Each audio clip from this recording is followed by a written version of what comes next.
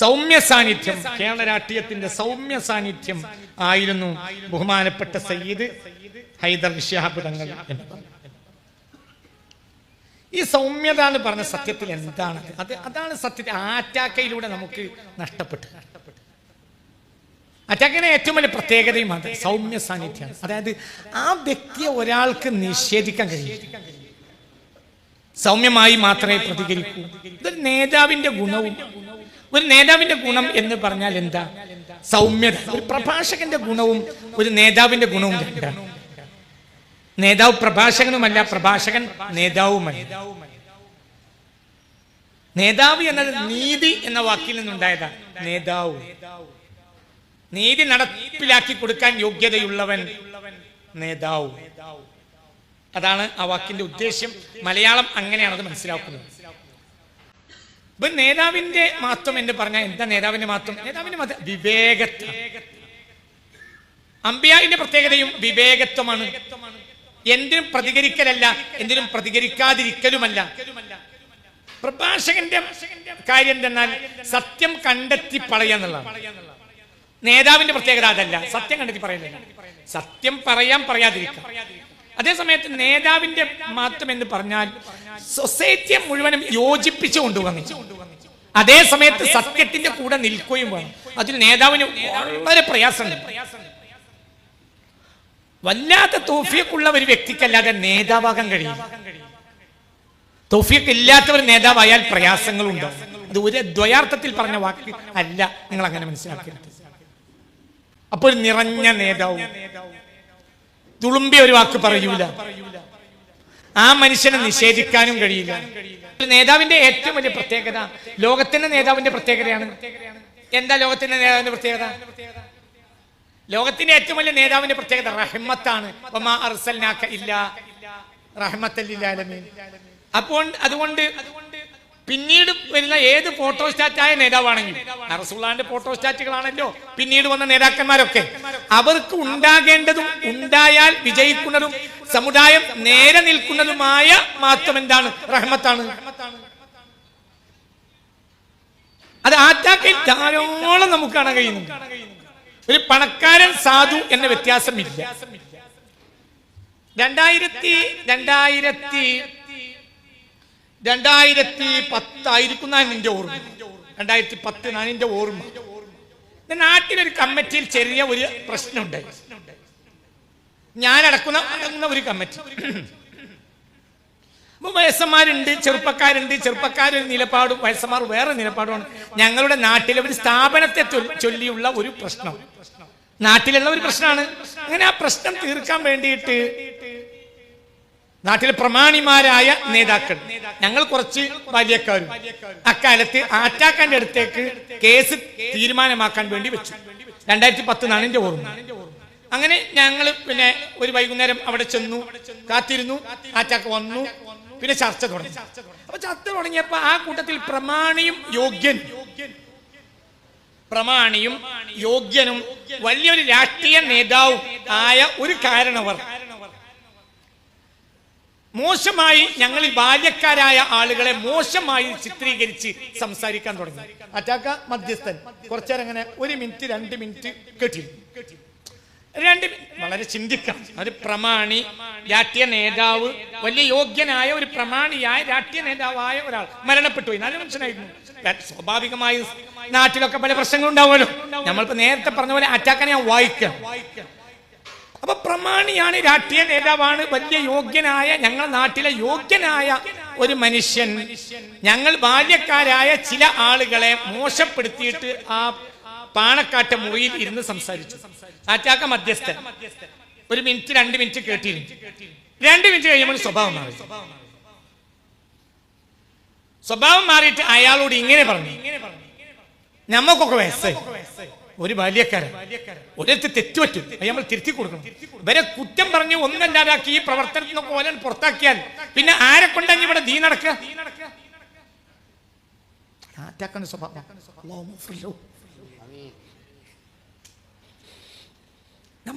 നമുക്ക് അങ്ങനെ ഒരു വർത്താനം പറയേണ്ട ആവശ്യം ഇല്ല.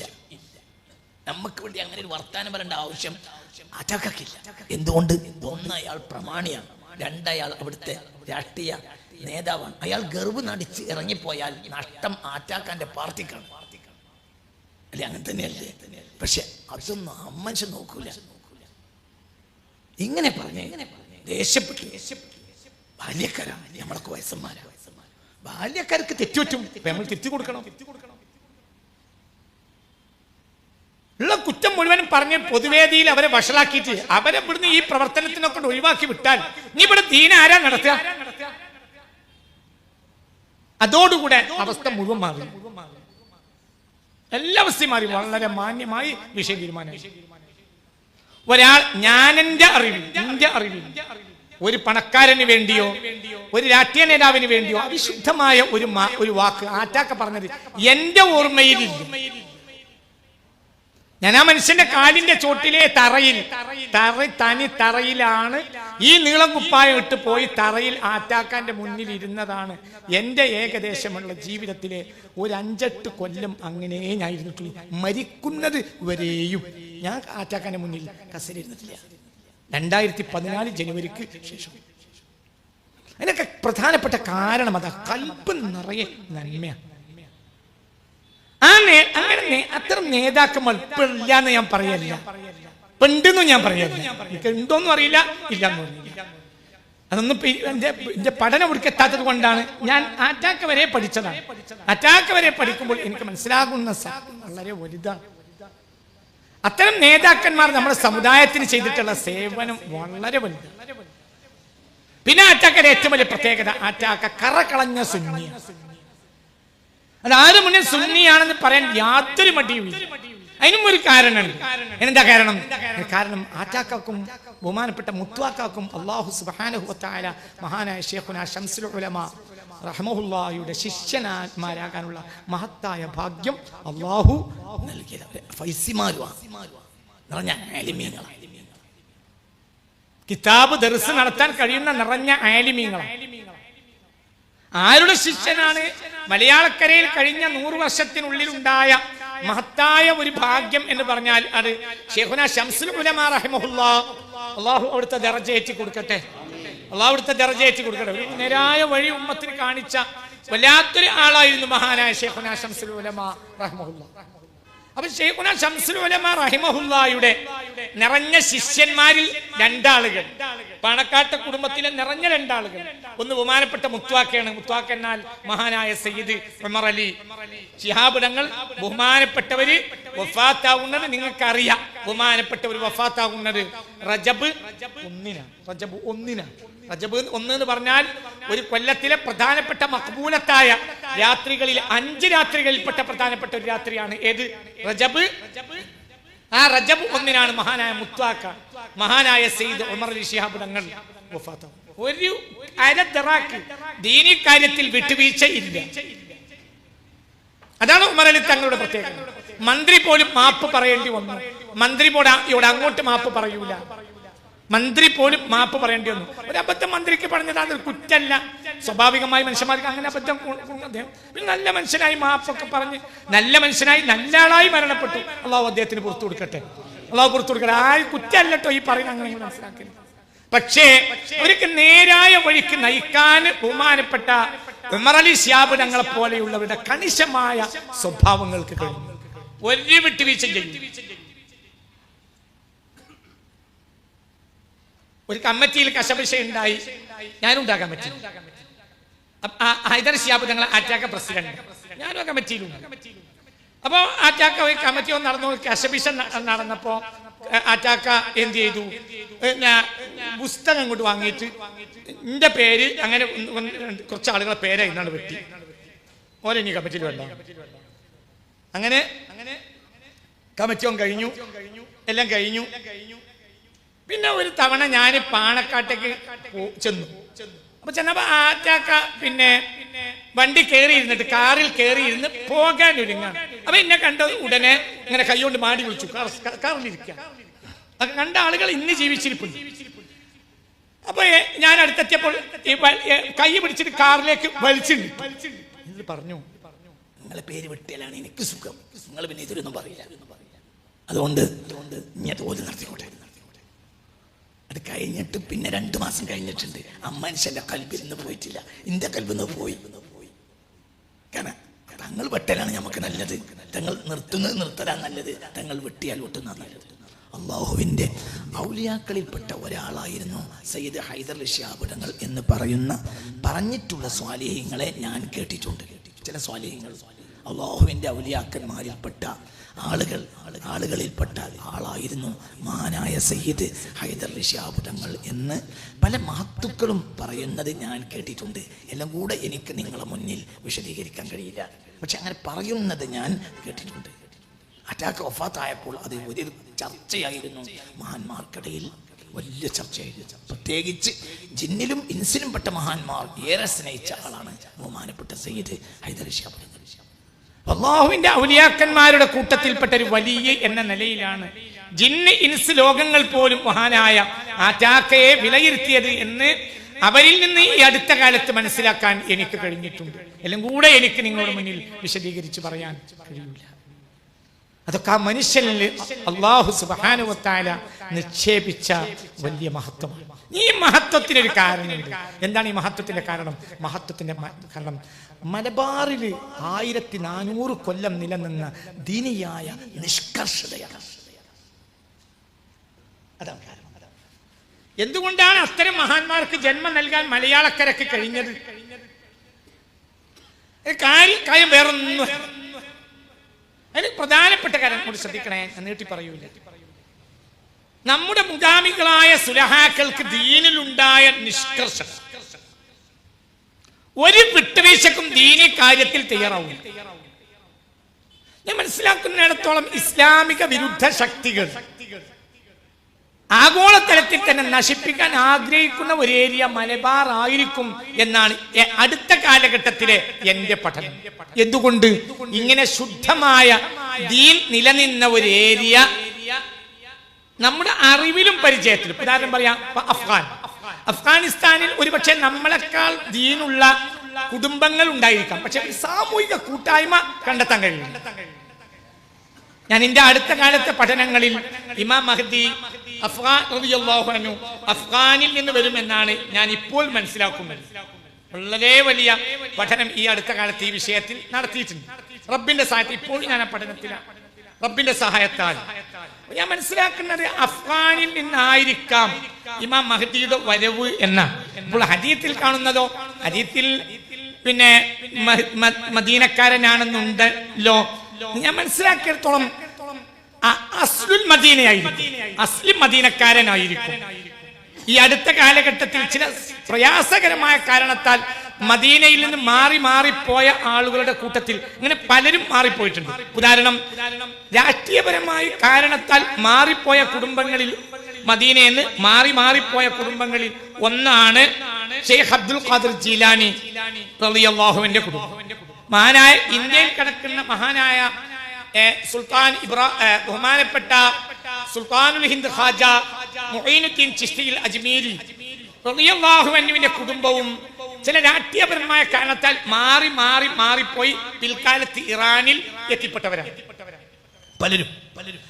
ഈ അടുത്ത കാലഘട്ടങ്ങളിൽ മദീനയുടെ ചില രാഷ്ട്രീയ പശ്ചാത്തലത്തിൽ മാറിപ്പോയ കുടുംബത്തിൽ കാരണം അഫ്ഗാനിലോ മറ്റോ എത്തിപ്പെട്ട കുടുംബത്തിൽ നിന്നാവാനാണ് ഇമാം മഹ്ദിയുടെ വരവിന് സാധ്യത എന്നാണ് ഇപ്പോൾ ഞാൻ മനസ്സിലാക്കുന്നത്, അങ്ങനെ ഞാൻ ചിന്തിക്കുന്നത്. അതേസമയത്ത് ഇതേ അഫ്ഗാനിലും ഒരു ഇതുപോലെയുള്ള ഒരു ഇസ്ലാമിക കൂട്ടായ്മ മലബാറിൽ ഉള്ളതുപോലെ ഇല്ല, വേറെ ഒരു നാട്ടിലും ഇല്ല. കേരളത്തിൽ, അതായത് മലബാറിലുള്ള ഒരു ഈ സുശക്തമായ ദീനി കൂട്ടായ്മ ഏത് ദീൻ? അഹ്ലുസുന്ന എന്ന കടുകട്ടി, അഹ്ലുസുന്നയുടെ കടുകട്ടി. ഇത് മിസ്രിൽ ഏകദേശം ഒരു 100 മുമ്പ് നഷ്ടപ്പെട്ടു പോയി. എല്ലാ രാജ്യങ്ങളും നഷ്ടപ്പെട്ടു. ആഹാദ് ഒറ്റപ്പെട്ട വ്യക്തികൾക്ക് പഴയകാല ദീനിന്റെ ആ സൂക്ഷ്മതയും സുന്നത്യമായത്തിന്റെ സൂക്ഷ്മതയൊക്കെയുള്ള കുടുംബങ്ങൾ അവിടങ്ങളിലൊക്കെ ഉണ്ടായിരിക്കാം. പക്ഷെ നമ്മളവിടെ അങ്ങനെ ഒറ്റപ്പെട്ട കുടുംബങ്ങളിൽ മാത്രമല്ല ഉള്ളത്, ഒരു കൂട്ടായ്മ ഉണ്ട്. ആ കൂട്ടായ്മയാണ് അഹ്ലുസ് സുന്നത്തി വൽ ജമാഅത്ത്, ബഹുമാനപ്പെട്ട സമസ്ത കേരള ജമിയത്തുൽ ഉലമ. അല്ലാഹു ഈ ഇസ്സത്ത് നമുക്ക് നിലനിർത്തി തരട്ടെ. പക്ഷേ ഇത് നശിപ്പിക്കാനാണ് ഇനി വലിയ ഉപജാപക സംഘം പ്രവർത്തിക്കുക. ആ ബോധം നമുക്കുണ്ടായിരിക്കണം. അതിന്റെ ഉൽപ്പന്നമാണ് ഈ സാദാത്തുക്കൾ. ഹൈദരലി ശിഹാബ് തങ്ങൾ വരെയുള്ള മഹാന്മാരായ നേതാക്കന്മാർക്ക് അവരാണല്ലോ മരിച്ചത്. അതുകൊണ്ടാണ് അവരെ പറ്റി പറഞ്ഞത്. ബാക്കിയുള്ള ആളുകൾ മരിക്കാത്തതുകൊണ്ടാണ് അവരെ പറ്റി പറഞ്ഞത്. ഞാൻ പ്രത്യേകമായ എന്തെങ്കിലും കാരണം കൊണ്ട് പറയാതിരിക്കാൻ നിങ്ങൾ വിചാരിക്കരുത്. മരിച്ചവരെ പറ്റിയാണല്ലോ നമ്മൾ പറയുന്നത് എന്നതുകൊണ്ടാണ് ഞാൻ അങ്ങനെ പറയുന്നത്. അപ്പൊ ഇവിടെ നമ്മൾ ഇത്തരം നേതാക്കന്മാരുടെ ഒരു മഹത്വം ഇവിടെ നമുക്ക് കിട്ടാനുള്ള കാരണം ആ സൂക്ഷ്മത. അപ്പം സമസ്തയുടെ ഒന്നാമത്തെ യോഗത്തിൽ പങ്കെടുത്ത ആളാണ് മഹാനായ കണ്ണിയത്ത് അഹമ്മദ് മുസ്ലിയാർ. അവരുടെ ശിഷ്യനാണ് ശൈഖുനാ ശംസുൽ ഉലമ റഹ്മഹുല്ലാഹ്. അവരുടെ ശിഷ്യനാണ് ആര്? മഹാനായ സയ്യിദ് ഹൈദരലി ശിഹാബ് തങ്ങൾ, ബഹുമാനപ്പെട്ട സയ്യിദ് ഉമർ അലി ശിഹാബ് തങ്ങൾ. ശിഹാബ് തങ്ങളുടെ ചില ഉസ്താദുമാർ ശൈഖുനാ ശംസുൽ ഉലമയുടെ ശിഷ്യനാണ്. മഹാനായ ശിഹാബ് തങ്ങളോ അബ്ദുൽ അലി മഹ്മൂദിന്റെ ശിഷ്യനാണ്. അബ്ദുൽ അലി മഹ്മൂദോ ഇടയ്ക്കിടെ മുസ്തഫ നബിയെ സ്വപ്നം കണ്ടിരുന്ന മഹാനാണ്. ശൈഖുൽ ഹദീസാണ്, ശൈഖുൽ അസ്ഹറുമായിരുന്നു മരണം വരെ. ആര്? അബ്ദുൽ അലി മഹ്മൂദ്. ആ അബ്ദുൽ അലി മഹ്മൂദിന്റെ 6 വർഷത്തെ ശിഷ്യനാണ് ആര്? മഹാനായ സയ്യിദ് ശിഹാബ് തങ്ങൾ. അല്ലാഹു ഒരു ദർജ ഏറ്റി കൊടുക്കട്ടെ. അപ്പൊ അവര് സൂക്ഷ്മത വലിയതാണ്. ഇന്ത്യ നാട്ടിൽ ഒരു ഉദാഹരണം പറഞ്ഞു ചിന്തിക്കാനും ഇതിലൊക്കെ ഭാഗഭാക്കായ ആളുകൾ കുറഞ്ഞ ആളുകളെങ്കിലും മൂത്തേടത്ത് ഇപ്പൊ കിട്ടും. അപ്പൊ അതുകൊണ്ടാണ് ഞാൻ നിങ്ങളോട് പറയുന്നത്. ഇത് മനസ്സിലാക്കേണ്ട ഒരു കാലമാണ് ഇപ്പോൾ എന്നതുകൊണ്ട് ഞാൻ തുറന്നു പറയാം. എന്റെ നാട്ടിൽ ഖുതുബ മലയാളത്തിലോ അല്ലേ എന്ന കാര്യത്തിൽ 980 ഒരു പ്രശ്നം ഉണ്ടായി. അതായത് അന്ന് ഞങ്ങളുടെ നാട്ടിൽ മുജാഹിദുകൾക്ക് പള്ളിയില്ല. അതായത് സുന്നി പള്ളിയിൽ തന്നെയാണ് ആരും വരിക, മുജാഹിദുകളും വന്നിരുന്നത്. അങ്ങനെ 980, 81 വരെ അങ്ങനെയാണ്. പിന്നെ അപ്പൊ എന്തുണ്ടായി? കുറച്ച് ആളുകൾക്ക് ചില സമയങ്ങളിൽ പള്ളിയിലെ ഖത്തീബ് എന്ത് ചെയ്യുന്നറിയോ? ആ ഖുതുബ ഓതിയിട്ട് ഒരു മലയാളത്തിൽ അത് പറയുകയും ചെയ്യും. എന്തുകൊണ്ട്? അത്രയൊന്നും വിവരമില്ലാത്ത ആളുകളാണ് അന്നത്തെ ഉസ്താദുമാർ. അത്ര ഫിഖ് വിവരങ്ങൾ അത്രയൊക്കെ ഉള്ളൂ. അത് അവരെ കുറ്റല്ല. ആ കാലമൊക്കെ അങ്ങനെയാണ്. ഇന്നത്തെ പോലെ ഡിഗ്രി കോളേജുകളൊന്നും നമ്മളെ ആ കാലത്തില്ല. നല്ല കഴിവുള്ളവർ മാത്രമേ, സാമ്പത്തിക സൗകര്യവും ഒക്കെ ഉള്ള ആളുകൾ മാത്രമേ വാക്കിയാത്തിലും മറ്റേ പോവുള്ളൂ. പിന്നെ ഫതുൽ മുഈനും മറ്റൊക്കെ ഇങ്ങനെ ഓതി പഠിച്ച ഒരു അവസ്ഥയൊക്കെ ആണ് ആ കാലത്തെ ഉള്ളത്. അപ്പൊ അതുകൊണ്ട് എല്ലാം വേണ്ടത്ര മനസ്സിലാക്കാൻ ആ കാലത്തെ പല ഖത്തീബന്മാർക്കും കഴിഞ്ഞില്ല. അപ്പൊ അവര് മലബാറിൽ ചില സ്ഥലങ്ങളിലൊക്കെ എന്ത് ചെയ്തിരുന്നു? ഖുതുബ പരിഭാഷ, അതായത് പ്രസംഗമല്ല, അതായത് ഖുതുബ അറബിയിൽ ഓതിയിട്ട് എന്ത് ചെയ്യും? ആ വസിയത്ത് മറ്റൊക്കെ മലയാളത്തിൽ പറയും. ചിലപ്പോൾ ഖുതുബ നടക്കുകയും ചെയ്യും. അങ്ങനെ അവസ്ഥ ഉണ്ടായിരുന്നു. പക്ഷെ അത് പൂർണ്ണമായി നിർത്തൽ ചെയ്യാൻ ബഹുമാനപ്പെട്ട സമസ്ത തീരുമാനിച്ചു. മീൻചന്തയിൽ കൂടിയ സമസ്തയുടെ കമ്മിറ്റി മുശാവറ അത് വിദേഹത്ത് മുങ്കറത്താണ് ഒഴിവാക്കണമെന്ന് തീരുമാനിക്കുകയും നമ്മുടെ നാട്ടിലല്ല വലിയ അലേലി ഉണ്ടായി. ഇന്ത്യ വാപ്പ സമസ്തയുടെ ആളായതുകൊണ്ട് അതിനുശേഷം പിന്നെ മഹല്ലിൽ പള്ളിയിൽ പറഞ്ഞു. ഖത്തീബ് കേട്ടില്ല. മുത്തവല്ലിയ ഖത്തീബിന്റെ ആളുമാണ്. അപ്പൊ അതുകൊണ്ട് മാറ്റം വാപ്പാക്ക് കഴിഞ്ഞതും ഇല്ല. അപ്പൊ വാപ്പ എന്ത് ചെയ്യും? പുറത്ത് ചുമക്കും. ഒരു അനവധി കാലം, എത്രത്തോളം എന്നൊരു 10-12 കൊല്ലം വരെ ബാപ്പ ഇങ്ങനെ പുറത്തേക്കായിരുന്നു ജുമാക്ക് പോയിരുന്നത്. ഇങ്ങനെയാണ് അവസ്ഥ. അതൊക്കെ കഴിഞ്ഞ് പിന്നെ അത് മാറ്റാം. അപ്പൊ മാറ്റുന്ന സമയത്ത് 81 മഹാനായ ഇ.കെ. ഹസൻ മുസ്ലിയാർ നബ്ബറല്ലാഹു മർഖദ, അല്ലാഹു ഒരു ദർജ ഏറ്റി കൊടുക്കട്ടെ, അവര് അന്ന് പ്രസംഗിച്ചു. അവസാനത്തെ പ്രസംഗം ഏകദേശം എന്റെ വീട്ടിന്റെ മുറ്റത്താണ് പ്രസംഗം. അങ്ങനെ പ്രസംഗിച്ചു. എന്തെങ്കിലും സംശയം ഉണ്ടെങ്കിൽ ഖത്തീബിന് തന്നെ ചോദിക്കാനുള്ള അവസരം ഉണ്ടാക്കി കൊടുത്തു. ഖത്തീബിന്റെ അടുത്തേക്ക് നാളെ രാവിലെ ഞാൻ അങ്ങോട്ട് വരും, ഖത്തീബിന് ഈ വിഷയത്തിൽ നീ പറയണ്ടെങ്കിൽ പറയാൻ പറഞ്ഞു. അപ്പോൾ ഖത്തീബ് രാവിലെ അങ്ങോട്ട് വന്നു. ബഹുമാനപ്പെട്ട ഉസ്താദിന്റെ അടുത്തേക്ക് വന്നു. അത് എനിക്ക് ഇഷ്ടമുണ്ടായിട്ട് ചെയ്യല്ല എന്ന് പറഞ്ഞു. ഫിഖ്ഹിൽ ചർച്ച നടത്തി. ഖുതുബ പരിഭാഷ ഒഴിവാക്കി. ഞങ്ങൾ നാട്ടിൽ ഒഴിവാക്കി. ഖുതുബ അറബി ഭാഷയിൽ സമസ്തയുടെ പള്ളിയിൽ നടക്കുമ്പോൾ നടത്താൻ തീരുമാനിച്ചു. അപ്പോൾ ചില പ്രശ്നം ഉണ്ടായി. എന്താ പ്രശ്നം? നാട്ടിൽ ഉള്ളിൽ വഹാബിയത്ത് ഒളിച്ചു വെച്ച, അത്തരം കാലം വരെ വഹാബി പള്ളി ഇല്ലാത്ത ചില അംഗങ്ങളും അന്നുണ്ട്. അവരെന്ത് ചെയ്തു? ഇതിൽ പ്രശ്നം. ഈ പ്രശ്നം ഉണ്ടായപ്പോൾ അവരൊക്കെ പൊതുവായി ലീഗുകാരുമാണ്. അപ്പോ ബാപ്പയും ലീഗുകാരനാണ്, മറ്റു കാരണവരും ലീഗുകാരാണ്. ഈ വാബികളെന്ന് പറയുന്ന അവരും ലീഗുകാരാണ്. അപ്പൊ എല്ലാരും തീരുമാനിച്ചു എന്ത്? പിന്നെ ശിഹാബ് തങ്ങളോട് പോയി പറയാം, തങ്ങൾ എന്താ തീരുമാനിക്കുന്നത് അതുപോലെ ചെയ്യും. എന്താണോ തങ്ങൾ പറയുന്നത് അതുപോലെ തന്നെ നമുക്ക് ചെയ്യാം എന്ന് തീരുമാനിച്ചു. അപ്പോൾ അങ്ങനെ തീരുമാനിച്ചു. അപ്പൊ എല്ലാവരും അത് തീരുമാനിച്ചു. എന്ത്? അപ്പം നാട്ടിലെ വഹാബികളായ ആളുകൾക്ക് സമ്മതമായി. ശിഹാബ് തങ്ങൾ എന്താ പറയുന്നത് അതുപോലെ ചെയ്യാം. സുന്നികളും അങ്ങനെ പറഞ്ഞു, എല്ലാവരും അങ്ങനെ പറഞ്ഞു. പക്ഷെ അതേ സമയത്ത് പിന്നെ ബാപ്പയടക്കമുള്ള ആളുകൾക്ക് ഒരു ബേജാറ്. എന്താ ബേജാറ്? പിന്നെ തങ്ങൾ ഇനിയിപ്പോ തൽക്കാലം ഒരാഴ്ച അങ്ങനെ തങ്ങളെ സംബന്ധിച്ചിടത്തോളം തങ്ങൾ രാഷ്ട്രീയ നേതാവും ആണല്ലോ. അപ്പൊ ഇനി ഒരാഴ്ച പരിഭാഷ ഉണ്ടായിട്ടും ഒരാഴ്ച പരിഭാഷ ഇല്ലാതെയും പിന്നെ ആയിട്ട് തങ്ങൾ തീരുമാനം പറഞ്ഞാലും പിന്നെ നമുക്ക് മാറ്റാനും പറ്റൂലല്ലോ. അപ്പൊ രഹസ്യമായി ബാപ്പ അടക്കമുള്ള ആളുകൾ പാണക്കാട്ടേക്ക് പോകാൻ പേടിയും. മാത്രമല്ല മധ്യസ്ഥനെ നേരത്തെ തന്നെ ഒരു ഗ്രൂപ്പ് പോയി കാണുക എന്ന് പറഞ്ഞാൽ അത് മോശമാണ്. അപ്പൊ അന്ന് കോട്ടുമല അബൂബക്കർ മുസ്ലിയാരിന്റെ മാനായ കോട്ടുമല ബാപ്പ ഉസ്താദിന്റെ ബാപ്പ വലിയ ഫഖീഹായിരുന്ന മഹാനാണ്. അള്ളാഹു ദർജയേറ്റി കൊടുക്കട്ടെ. അവര് പട്ടിക്കാട് പ്രിൻസിപ്പാളായ കാലാണ്. അപ്പൊ ബാപ്പനെ വലിയ ബന്ധമാണ്. അങ്ങനെ ബാപ്പ പട്ടിക്കാട് പോയി. അങ്ങനെ തീരുമാനമുണ്ട്. ഇപ്പൊ ശാബുരങ്ങൾ എന്താ പറയുന്നതെന്ന് അറിയൂല.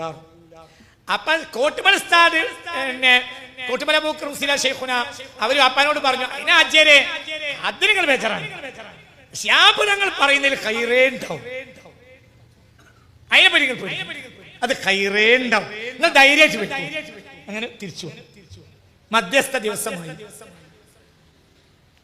ശാബുളങ്ങൾ ഇത് വളരെ ചിന്തിക്കണം. ഇതിൽ ഭാഗഭാക്കായ ചില ആളുകളെങ്കിലും മുത്തേടത്ത് ഉണ്ടാവാൻ സാധ്യതയുണ്ട്. അതായത് ഏകദേശം ഇതൊരു 10-45 കൊല്ലം മുമ്പുള്ള സംഭവമാണ്. 81 ഞാൻ SSLC എഴുതുന്ന വർഷമാണ്. 81 കാലം. അങ്ങനെ ബാപ്പടക്കളും മറ്റൊരു വന്നു, ബാപ്പ അടക്കമുള്ളവർ ഇങ്ങോട്ട് വന്നു, പാണക്കാട് എന്നാണ്. അപ്പോൾ തങ്ങൾ രണ്ടു കൂട്ടരെ അഭിപ്രായം കേട്ടു. അപ്പോൾ തങ്ങൾ പറഞ്ഞു, ഇത് പറയേണ്ടത് ഞാനല്ല, ഈ വിഷയത്തിൽ തീരുമാനമെടുക്കേണ്ടത് ഉലമാക്കളെ തീരുമാനം ഞങ്ങൾ എല്ലാവരും അംഗീകരിക്കണം. സത്യത്തിൽ ആലിമാണ് ആര്? ശാബദങ്ങൾ നിറഞ്ഞ ഒരു ആലിമാണ്. നിങ്ങൾ കേട്ടോളി അത്ഭുതം. തങ്ങൾ പറഞ്ഞു, ഇത് നിങ്ങൾ കോട്ടുമല ഉസ്താദ് ഉണ്ട് പട്ടിക്കാട്, അവരോട് പോയി ചോദിക്കും. എന്താണോ കോട്ടുമല പറഞ്ഞത് അതാണ് ഞാൻ പറഞ്ഞത്. അതുകൊണ്ട് ഇത് വളരെ ഇന്നത്തെ കാലത്ത് അതിനൊരു വല്ലാത്ത വായനയുണ്ട്. ഇതൊക്കെ എന്റെ നാട്ടിലുള്ള ഒരു അവസ്ഥയാണ്. കോട്ടുമല എന്താണ് ഉസ്താദ് എന്താണോ പറഞ്ഞത് അത് പ്രകാരം ചെയ്തോളൂ, പിന്നെ അങ്ങോട്ട് വരണ്ടേ ഇല്ല. അപ്പൊ തങ്ങളെ തീരുമാനം വന്നു. എന്താ തങ്ങളെ തീരുമാനം? കോട്ടുമല അബൂബക്കർ മുസ്ലിയാർ പറയുന്ന വാക്കാണ് നമ്മുടെ തീരുമാനം, അതാണ് ഫത്വ, അങ്ങനെ നടത്തിക്കോളൂ. ഇവന് ആർക്കും അഭിപ്രായമല്ല, പോയ ആളുകളൊക്കെ അത് സമ്മതിച്ചു. കുറച്ച് ആ കൂട്ടത്തിൽ പോയ ചില അവാന്തര വിഭാഗങ്ങളിൽപ്പെട്ട ചില നേതാക്കൾ അവിടുന്ന് തന്നെ മടങ്ങി. എന്തുകൊണ്ട്? പട്ടിക്കാട്ട് പോയാൽ അനുകൂലമായ മറുപടി കിട്ടൂല പോലെ തന്നെ വിചാരിച്ചിട്ടുണ്ടാവാം. തങ്ങളെ എതിർക്കാൻ അവർ തയ്യാറുമല്ല. അങ്ങനെ കോട്ടുമല ഉസ്താദിന്റെ അടുത്ത് പോയി. കോട്ടുമല ഉസ്താദ് കാര്യങ്ങൾ കേട്ടപ്പോൾ ഇങ്ങനെ പറഞ്ഞു, പരിഭാഷ ഏതായാലും വേണ്ട, പിന്നെ ഒരു പ്രസംഗം കേൾക്കണം എന്നാണല്ലോ പിന്നെ ആവശ്യം. അത് ഖുത്ബന്റെ മുമ്പ് ഒരു പ്രസംഗം നടത്തൽ നല്ല കാര്യമൊന്നുമല്ല. എന്നാൽ ഒരു മസ്ലഹത്തിന് വേണ്ടി ഇടക്കിടക്ക് അങ്ങനെ പ്രസംഗം വേണമെന്ന് പൂതിയുള്ളവർക്ക് വേണ്ടി നിങ്ങൾ ഇടക്കിടക്ക് ഒരു പ്രസംഗം ഖുത്ബക്ക് മുമ്പ് നടത്തി കൊടുത്താൽ മസ്ലഹത്തായി നാട് പോട്ടെ. ഇത് മഹാനായ സയ്യിദ് മുഹമ്മദ് ശിഹാബ് തങ്ങളുടെ തീരുമാനം. ഉലമാക്കളും ഉമറാക്കളും ഐക്യത്തോടെ ഒത്തൊരുമിച്ച് പോയി എന്നത് കൊണ്ടാണ് നമ്മൾ ഈ കാണുന്ന നേട്ടങ്ങളെല്ലാം ദീനിയായി നമുക്ക് നേടിയെടുക്കാൻ കഴിയും. സമസ്തക്ക് വളർച്ച ഉണ്ടായതുകൊണ്ടാണ്, സാമൂഹികമായ നേട്ടങ്ങൾ ഉണ്ടായതും അതുകൊണ്ട് തന്നെ. രണ്ടു കൂട്ടരും യോജിച്ചും ഒരുമിച്ചും പോയി. ദീനിനെ സംബന്ധിച്ചിടത്തോളം ദീനിന് ചാഞ്ഞും ചെരിഞ്ഞും നിൽക്കാൻ ഒരു നിർവാഹവും ഇല്ല. കാരണം ദീൻ എന്താണ്? യാ യഹ്യാ ഖുദിൽ കിതാബ ബിഖുവ്വ. ദീനിന് ചാഞ്ഞും ചെരിഞ്ഞും നിൽക്കാൻ ഒരു നിർവാഹവും ഇല്ല. ചാഞ്ഞും ചെരിഞ്ഞും നിന്ന് പറയാൻ പറ്റൂല ദീനിന്. എന്തുകൊണ്ട്? ആ ദീനിൽ നടക്കൂല. ചാഞ്ഞു ചെരിഞ്ഞ് പറയാൻ പറ്റൂല. ദീന് നേരിട്ട് കൃത്യമായി പറയേണ്ടി വരും. അത് ഏത് കാലഘട്ടത്തിലെയും ഉലമാക്കൾ പറയുന്നത് ആ കാലഘട്ടത്തിലെ സാദാത്തുക്കളും ഉമറാക്കളും അപ്പടി സ്വീകരിച്ചു. ചിലപ്പോൾ വിവരമില്ലാത്ത ചില ആളുകൾ, രാഷ്ട്രീയ നേതാക്കന്മാരോ മറ്റുള്ളവരോ, ചിലപ്പോൾ സമൂഹത്തിൽ അംഗീകരിക്കപ്പെടുന്ന ബഹുമാനപ്പെട്ട ചില വ്യക്തിത്വങ്ങൾ തന്നെ ചിലപ്പോൾ സദസ്സിൽ വേദിയിൽ അബദ്ധം പറയുമ്പോൾ ഉടനെ ആലിമീങ്ങൾ എണീറ്റ് ഉടനെ തിരുത്തിയ സംഭവം ഒരുപാടുണ്ട് ചരിത്രത്തിൽ. അത് പറയേണ്ട ഒരു സമയമല്ലാത്തതുകൊണ്ട് ഞാൻ പറയുന്നില്ല. പക്ഷെ ആ ചരിത്രങ്ങൾ എനിക്കറിയും. മനസ്സിലായാലും ഞാൻ ഒന്നും കൂടി പറയാം. അതായത് ചിലപ്പോൾ അബദ്ധ വാക്കുകൾ ആര് പറയും? ഉമറാക്കൾ പറയും, അബദ്ധ വാക്കുകൾ പറയും. ചിലപ്പോൾ ജനം ബഹുമാനിക്കുന്ന ഉമറാക്കളും പറയും. പല നിലക്ക് ബഹുമാനിക്കും. ഒന്ന് കുടുംബ മഹിമ, അതുകൊണ്ട് ജനം ബഹുമാനിക്കും. അങ്ങനത്തെ നേതാക്കളിൽ നിന്നും ചിലപ്പോൾ ചില അബദ്ധങ്ങൾ വരും. പക്ഷെ ആലിമ്യങ്ങൾ നോക്കിക്കൂല, ആലിമ്യങ്ങൾ ഉടനെ തിരുത്തും. കാരണം തിരുത്തിയിട്ടില്ലെങ്കിൽ ജനം തെറ്റ് മനസ്സിലാക്കും, തെറ്റായ കീഴ്വഴക്കുണ്ടാക്കും. അപ്പൊ നിങ്ങൾ ഇത് തന്നെ ഈ ഒരു ശുഷ്കാന്തി നമ്മുടെ നാട്ടിൽ കൃത്യമായി നടന്നു. അതിന് ദയാ ദാക്ഷിണ്യം കാട്ടിയില്ല. അതെന്താണ് നോക്കി നിന്നില്ല. അതിന്റെ പിന്നിലുള്ള യാതൊരു കാര്യം, യാതൊരു നിലക്കും ഒരു ചാഞ്ചാട്ടം ബഹുമാനപ്പെട്ട ഉലമാഇനുണ്ടായില്ല. മഞ്ചേരി നെല്ലിക്കുത്ത് ആലി മുസ്ലിയാർ, നിങ്ങൾക്കറിയാലോ ആലി മുസ്ലിയാരെ. ആലി മുസ്ലിയാരുടെ നേതൃത്വത്തിൽ ഖിലാഫത്ത് ലഹള നടന്നപ്പോൾ രഹസ്യമായി കൂടിയാലോചന നടത്താൻ വേണ്ടി പോയ ആളാണ് സമസ്ത ഉണ്ടാക്കിയത്. ആരാ സമസ്ത ഉണ്ടാക്കിയത്? പാങ്ങിൽ അഹമ്മദ് കുട്ടി മുസ്ലിയാർ. എന്ത് പറയാനാണ്? ഇതൊക്കെ ചരിത്ര രേഖയാണ്. എന്ത് പറയാനാണ് പോയത്? നിങ്ങൾ സാമൂഹിക ലഹള ഉണ്ടാക്കരുത്. നിങ്ങൾ പറയുന്നത് നേരാണ്, പക്ഷേ സാമൂഹിക ലഹള ഉണ്ടാക്കിയാൽ അതുകൊണ്ട് വലിയ ദുരന്തം സമുദായത്തിൽ ഉണ്ടാവും. അത് പിടിച്ചു കെട്ടാൻ നിങ്ങൾക്ക് കഴിയൂല. അന്ന് ഖിലാഫത്ത് പ്രസ്ഥാനത്തിന്റെയും കോൺഗ്രസിന്റെയും നേതാവായിരുന്നു ആര്? ആലി മുസ്ലിയാർ. ആലി മുസ്ലിയാർ പാങ്ങക്കാരന്റെ താല്പര്യത്തെ നിരാകരിച്ചു. പിന്നെന്താ ഉണ്ടായത്? ഉണ്ടായത് ചെറുതല്ല. ആലി മുസ്ലിയാർ ഷഹീദായി. ആലി മുസ്ലിയാർക്ക് ഷഹീദിന്റെ കൂലി കിട്ടും. പക്ഷെ പ്രശ്നം ഉണ്ടായത് അതല്ല. വീടാന്തരം ബ്രിട്ടീഷ് പട്ടാളം കയറി നിരങ്ങി. വീടാന്തരം കയറി. അവിടെ ഉണ്ടായ തിന്മകൾ പറയാൻ പറ്റും.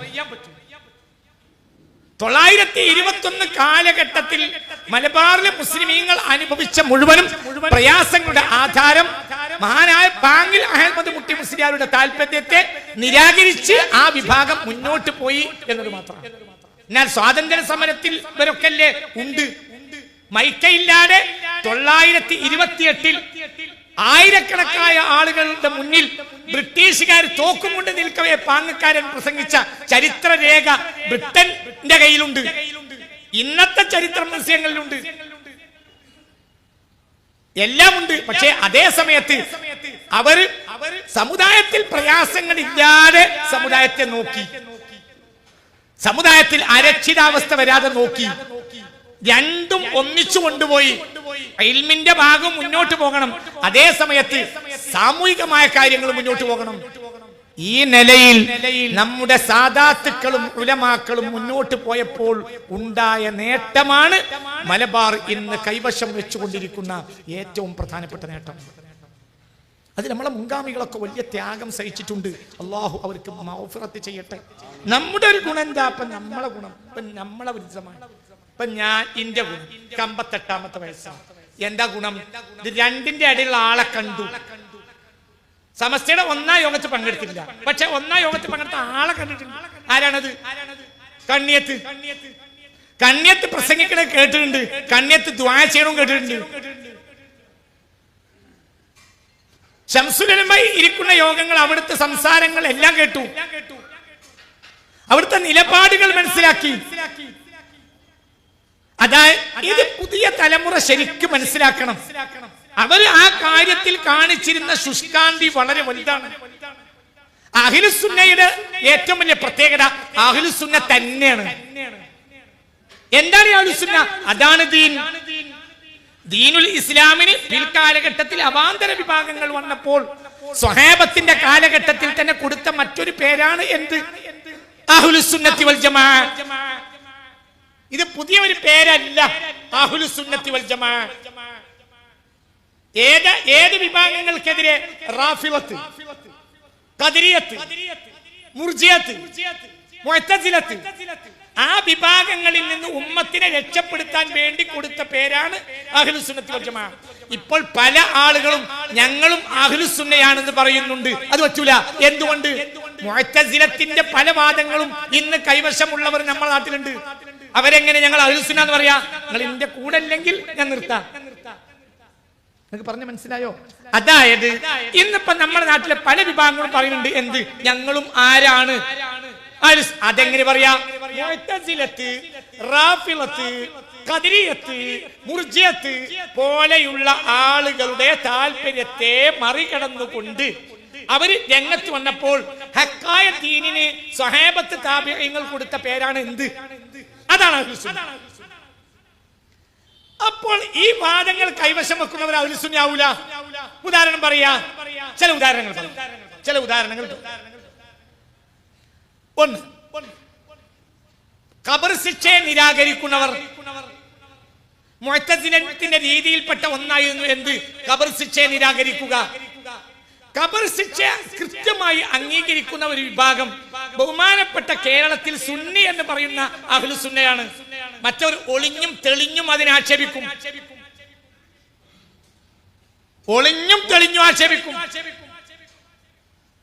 ഇപ്പോൾ പലരും കയർത്ത് മുന്നോട്ട് വന്നു. വലിയ ആപത്തിലേക്ക് നീങ്ങാൻ പോകുന്ന സമുദായം മുണ്ടാതെ ഇരുന്നാൽ ഉത്തരവാദികളോ? വലിയ ആപത്തിലേക്ക് സമുദായം പോവാണ് മിണ്ടാതിരുന്നാൽ. ഇതാ ലഹറത്തിൽ ബിദഉ വസക്കത്തൽ അലിം. നീ വേറൊന്ന് പറയാ, ഖദരിയത്ത് ഈമാന്റെ 6ാമത്തെ കാര്യം നിഷേധിച്ച കൂട്ടരാണ്. അല്ലാമ മൗദൂദിയുടെ തെറ്റിദ്ധരിക്കപ്പെട്ട മതം അടക്കമുള്ള അദ്ദേഹത്തിന്റെ ഗ്രന്ഥങ്ങളിൽ ഈമാൻ കാര്യം 5ആയിട്ടാണ് എണ്ണിയത്. ഇത് അഹ്ലുസുന്നയുടെ രീതിയല്ല. നിങ്ങൾക്ക് പറഞ്ഞത് മനസ്സിലായില്ലേ? അഹ്ലുസുന്നയുടെ രീതിയിൽ ഈമാൻ എത്ര കാര്യമാണ്? 6ആണ്. അപ്പോൾ ഇന്നത്തെ വഹാബിക്കോ ജമാഅത്തുകാരനോ ഞങ്ങൾ അഹ്ലുസുന്നയാണെന്ന് പറയാൻ പറ്റൂല. ഷിയാക്കൾ അഹ്ലുസുന്ന എന്ന് പറയാൻ പറ്റൂല. എന്തുകൊണ്ട്? അവർ ശൈഖൈനി ആക്ഷേപിക്കുന്നവരാണ്. ആരാണ് ശൈഖൈനി? മഹാനായ സയ്യിദന സിദ്ദീഖ്, സയ്യിദന ഫാറൂഖ്, അല്ലാഹു അവരുടെ ദറജ ഏറ്റി കൊടുക്കട്ടെ. ചിന്തിക്കണം. അപ്പൊ ഇന്നിപ്പോ എല്ലാവരും പറയാം ഞങ്ങൾ അഹ്ലുസുന്നയാണ്. അതിൽ പ്രശ്നമില്ല. ആർക്കും പ്രശ്നമില്ല. എന്നെ അത്ഭുതപ്പെടുത്തിയ ഒരു സംഭവം ഞാൻ പറയാം. നിങ്ങളെല്ലാവരും ഞാൻ കേൾക്കാൻ വേണ്ടി സുഖമൊന്നും ഉണ്ടാവില്ല, എന്നാൽ ഞാനിത് പറയാൻ പോവാണ്. ഇനിയിപ്പോ നമ്മൾ ഇങ്ങനത്തെ ഒരു വേദിയിൽ കണ്ടോളൊന്നുമില്ല. ചിലപ്പോൾ നിങ്ങൾ 2 കൂട്ടരും കൂടി യോജിച്ചിട്ട് താല്പര്യം എന്ത് പറയാൻ, ഈ ജാതി പണ്ടാരത്തിനെ കൊണ്ടുവരട്ടെ എന്നും പറഞ്ഞേക്കാം. ഏതായാലും ഇപ്പൊ അയാൾ പറഞ്ഞു പോയതൊക്കെ കേട്ടില്ലേ?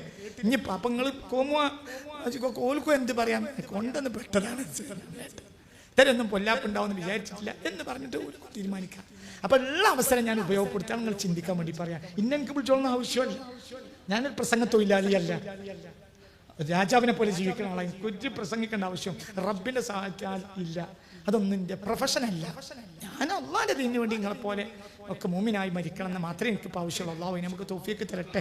അള്ളാഹു തൗഫീക്ക് തരട്ടെ. ഞാൻ ദ്വാ ചെയ്യും, നിങ്ങൾക്കൂടി ഞാൻ ദ്വാ ചെയ്തൊക്കെ അഭിപ്രായങ്ങളൊന്നും ഉണ്ടായാൽ പരസ്പരം തെറ്റിപ്പിരിയാനുള്ള സാഹചര്യങ്ങൾ അല്ല. അഭിപ്രായ കേടുകൾ പറഞ്ഞാൽ അഭിപ്രായം യഥാർത്ഥ അഭിപ്രായത്തിലേക്ക് നമുക്ക് എത്തിച്ചേരാൻ കഴിയുള്ളൂ. നിങ്ങൾ പറയണെന്നെ ഞാൻ പറയണമെന്നും ഞാൻ പറയണെന്നെ നിങ്ങൾ പറയണമെന്നും നമ്മൾ 2 കൂട്ടരും വാശി പിടിക്കരുത്. ചിലപ്പോൾ അങ്ങോട്ടും കൂടെ ഒക്കെ മാറ്റി പറയും. എന്നാലും നമ്മളെ ബൗണ്ടറി ഒന്നെ, നമ്മളൊക്കെ ഒന്നാണ്. അത് അഹ്ലുസുന്നയാണ്. നമ്മുടെ പ്രസ്ഥാനം സമസ്തയാണ്. അള്ളാഹു അതിൻ്റെ ഇസ്സത്ത് നിലനിർത്തി തരട്ടെ. ഞങ്ങൾക്ക് സംഭവം പറഞ്ഞു. ഈ അടുത്ത ദിവസം ഒരു മലയാളിയായ ഒരു മൗലവി മഹാനായ സിദ്ദീഖുൽ അക്ബർ തങ്ങളാണ് ഫാത്തിമ ബീവിയെ കൊന്നത് എന്ന് കേരളത്തിൽ പ്രസംഗിച്ചിട്ടുണ്ട്. മിണ്ടാട്ടെ, ഒരാൾ മിണ്ടില്ല. എന്നെ അത്ഭുതപ്പെടുത്തിയ കാര്യം എവിടെയപ്പ എത്തിയത്? അതായത് ഞാൻ മനസ്സിലായി, ഞാൻ കുറ്റം പറയാൻ വിചാരിക്കരുത്. ഒരു തരം നിസ്സംഗത, പ്രതികരണമില്ലായ്മ, പ്രത്യേകിച്ച് സുന്നികളെ അത് ബാധിച്ചു കഴിഞ്ഞു.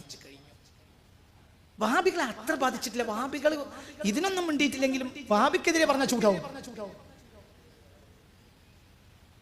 സുന്നികൾക്ക് നിസ്സംഗത വന്നു കഴിഞ്ഞു. സുന്നികൾക്ക് ആരാണ് ഈ ഇറച്ചിക്കോയി വല്ലാതെ തിന്നാൻ കൊടുത്തിട്ട് പറ്റ നപുംസംഘങ്ങളാക്കി മാറ്റിയത് സുന്നികളെ എനിക്ക് മനസ്സിലാവുന്നില്ല. നമ്മൾ അങ്ങനെയല്ല പ്രതികരിക്കും. ഇത് ആരെപ്പ പറഞ്ഞത്? ആരെപ്പറ്റിയപ്പോ പറഞ്ഞത്? നിങ്ങൾ ചിന്തിക്കുക. കുറെ ആയി പറയുന്നത്. ഈ കഴിഞ്ഞ 2 ആഴ്ച മുമ്പ് വളരെ മോശമായിട്ട് പറഞ്ഞു. കൊന്നു. ആരെ? സിദ്ദീഖും ഫാറൂഖും കൂടിയാണ് ആരെ കൊന്നത്? ഫാത്തിമ ബീവിയെ കൊന്നതിന് ഒരു മൗലവി മലയാളത്തിൽ പ്രസംഗിച്ചു. എന്നെ അതൊരാൾക്ക് പറഞ്ഞൂടെ പറയാം, അത് അയാളെ നയാണ്. പക്ഷെ എന്നെ അത്ഭുതപ്പെടുത്തിയത് അതൊന്നല്ല, ഇതിന്റെ താഴെ 100 കണക്കിന് കമന്റ്സുകൾ ഉണ്ട്. ഈ കമന്റ്സ് മുഴുവൻ അയാൾക്ക് പോസിറ്റീവാണ്. മൗലവിയുടെ ശ്രമങ്ങൾക്ക് അഭിനന്ദനങ്ങൾ. മുസ്ലിയാക്കന്മാരെ കള്ളത്തരങ്ങളിൽ നിന്ന് സമുദായത്തെ രക്ഷിക്കുക. നിങ്ങൾക്ക് മനസ്സിലാവുന്നുണ്ടോ എന്താ അവസ്ഥ?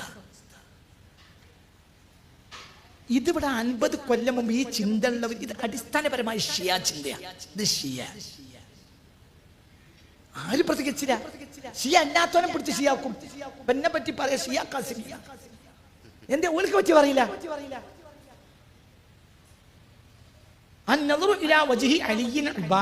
അലി ബിൻ അബീ ത്വാലിബിന്റെ മുഖത്തേക്ക് നോക്കൽ ഇബാദത്താണെന്ന് മുസ്തഫ നബി പറഞ്ഞത് ഒരുപാട് മുഹദ്ദിസുകൾ സ്വഹീഹായ ഹദീസാണെന്ന് അഹ്ലു സുന്ന അംഗീകരിക്കുന്ന വളരെ പ്രാമാണികമായ ഹദീസാണതെന്ന് ഞാൻ വളരെ കൃത്യമായി സമർത്ഥിച്ചിട്ടുണ്ട്. കിതാബുകൾ ഈ വിഷയത്തിൽ കിതാബുണ്ട്. അഹ്ലു സുന്നയുടെ ഇമാമിങ്ങൾ കിതാബ് എഴുതിയിട്ടുണ്ട്. ഏത് വിഷയത്തിൽ? അന്നദുറു ഇലാ വജ്ഹി അലിയിൻ ഇബാദ, അലി ബിൻ അബീ ത്വാലിബിന്റെ മുഖത്തേക്ക് നോക്കൽ ഇബാദത്താണെന്ന വിഷയത്തിൽ നിങ്ങൾ ബേജാറാകൊന്നും വേണ്ട. ഞാനല്ലേ പറയണത്, തെളിവുണ്ടാക്കണ ഞാനല്ലേ. നിങ്ങൾ എന്തിനാ പേടിക്കുന്നത്? നിങ്ങൾക്ക് എന്നെ പേടിയുണ്ടോ തോന്നുന്നു. എനിക്ക് നിങ്ങളെ മുണ്ടാതങ്ങളെ പൂച്ച ഇരിക്കുമ്പോൾ ഇരിക്കാണ്ട് ഈ ചില മുഖത്തേക്കൊക്കെ തിരിയും. പേടിച്ചിട്ടുണ്ട്. നിങ്ങളെന്തിനാ പേടിക്കണം? ഞാൻ പറയും എന്തിനാണ് പേടിക്കുന്നത്? ഞാനല്ലേ പറഞ്ഞു അന്നദുറു ഇലാ വജ്ഹി അലിയിൻ ഇബാദ, അലിയാരെ മുഖത്തേക്ക് നോക്കൽ ഇബാദത്താണെന്ന് മുത്ത് മുഹമ്മദ് മുസ്തഫ തങ്ങൾ പറഞ്ഞതായി ഹദീസ് ഇമാം ഹാക്കിം റളിയല്ലാഹു അൻഹു അടക്കം ഉദ്ധരിക്കുകയും അഹ്ലു സുന്നയുടെ ഇമാമിങ്ങൾ അത് സ്വഹീഹായ ഹദീസാണെന്ന് കൃത്യമായി അരക്കിട്ടുറപ്പിച്ച് ഈ വിഷയത്തിൽ മാത്രം കിതാബ് എഴുതുകയും ചെയ്തിട്ടുണ്ട്. മനസ്സിലായോ? ഈ ഹദീസ് ഞാൻ ഉദ്ധരിച്ചു എന്ന കാരണത്താൽ ഒരു 8-10 കൊല്ലം മുമ്പേ ഞാൻ എന്ത് പറഞ്ഞാലും ഷിയ കാസിമിയാണ് എന്ന് പറയും. പിന്നെ കുറച്ചു കാലം കഴിഞ്ഞപ്പോൾ ഞാൻ ജ്യൂസ് കൊണ്ട് കുറച്ച് അനാരോഗ്യ പ്രശ്നം ഉണ്ടാവും എന്ന് പറഞ്ഞപ്പോൾ പിന്നെ എനിക്ക് ജ്യൂസുൽ കാസിമിയാണ് എന്ന് പേര്. അത് ജ്യൂസ് കുടിക്കുന്നവർക്ക് അനാരോഗ്യം ഉണ്ടാവുന്ന കേരളത്തിലെ അന്തള്ള ഡോക്ടർമാർ മുഴുവൻ പറഞ്ഞു. അതിനിവർക്ക് വിരോധമല്ല. അതിനുപരി ജ്യൂസുൽ ഡോക്ടർ എന്ന ഡോക്ടറെ വിളിക്കൂല. സോഷ്യൽ മീഡിയയിൽ 100 കണക്കിന് ഡോക്ടർമാർ പറയുന്നുണ്ട് എന്ത് ജ്യൂസ് കുടിച്ചാൽ ഏത് സാധനവും, ചില സാധനങ്ങളുണ്ട് അത് അങ്ങനെ തന്നെയാണ് തിന്നണം. അതിൽപ്പെട്ട സാധനമാണ് ഫ്രൂട്ട്സ്. റെഡി ടു ഈറ്റ് ആണ് ഫ്രൂട്ട്. ഞാൻ ഒന്നുമില്ല, റെഡി ടു ഈറ്റ്. മനസ്സിലായില്ല? ഒരു പ്രിപ്പറേഷൻ വേണ്ട. നേരം വയ്ക്കോ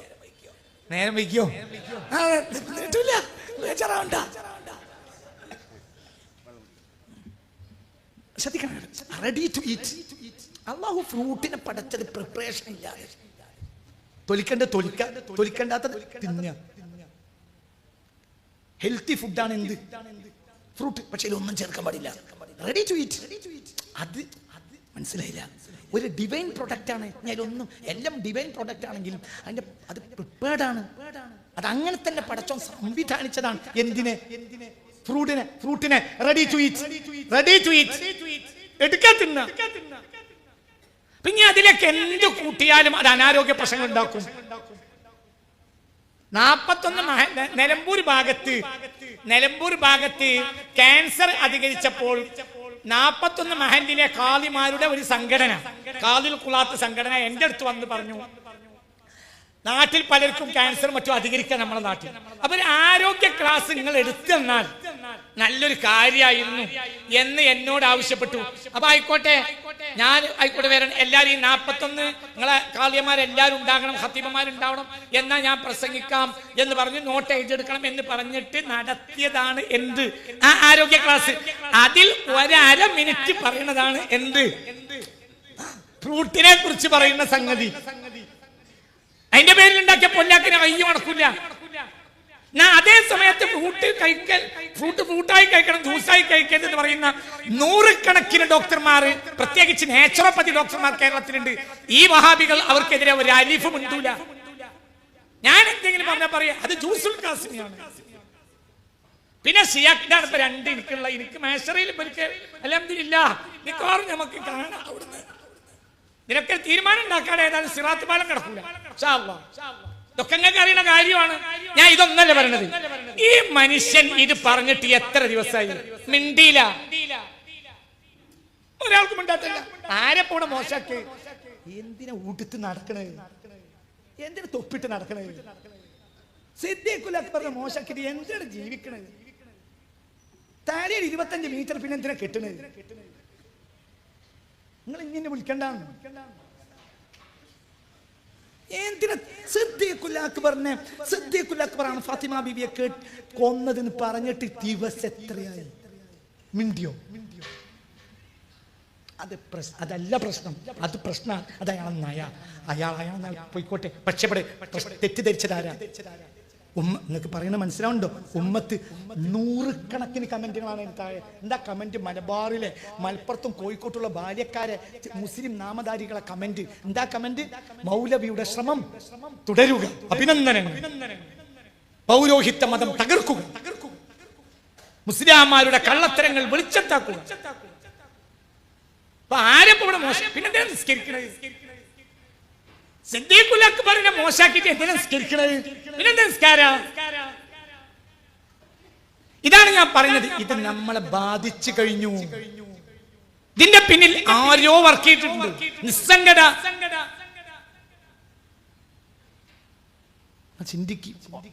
നിസ്സംഗത ഇത് വളരെ ദുരന്തം കൊണ്ടുവരും സമുദായത്തിന്. ദുരന്തം തന്നല്ലോ. അതായത് ഇതൊക്കെ നമ്മൾ കേട്ടിരിക്കാൻ നമ്മൾ നിർബന്ധിതരായാൽ ഇനിയിപ്പോ എന്തു പറയാലോ? നല്ല ഉഷാറിലിരിക്കാൻ ഞങ്ങൾക്ക് രഹസ്യം.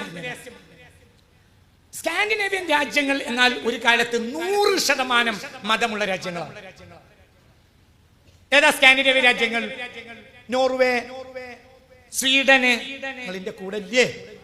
ഇപ്പൊ തന്നെ മൊബൈൽ ഉണ്ടാവും, നെറ്റിൽ അടിച്ചു നോക്കി. സ്കാൻഡിനേവിയൻ രാജ്യങ്ങൾ: നോർവേ, സ്വീഡൻ, ഡെൻമാർക്ക്, ഈ അടക്കമുള്ള രാജ്യങ്ങൾ സ്കാൻഡിനേവിയൻ രാജ്യങ്ങൾ. സ്കാൻഡിനേവിയൻ രാജ്യങ്ങളെ പോലെ 100% മതമുണ്ടായ രാജ്യങ്ങൾ ഏകദേശം 18-19 നൂറ്റാണ്ടിന്റെ പകുതി വരെ ഉണ്ടായിരുന്നില്ല. എന്നാൽ ഇന്ന് സ്കാൻഡിനേവിയൻ രാജ്യങ്ങളിൽ മതനാമം 100%, മതം 2%, 98% നിരീശ്വരവാദിയാണ്. നിങ്ങൾ ഇതിന്റെ കൂടെ ഇല്ല. ചർച്ചിൽ പോയി വിവാഹിതരാവും, പക്ഷെ അവർക്ക് ദൈവത്തിൽ വിശ്വാസമില്ല. ഇതിനാണ് യൂറോപ്പിന് വായിക്കൽ.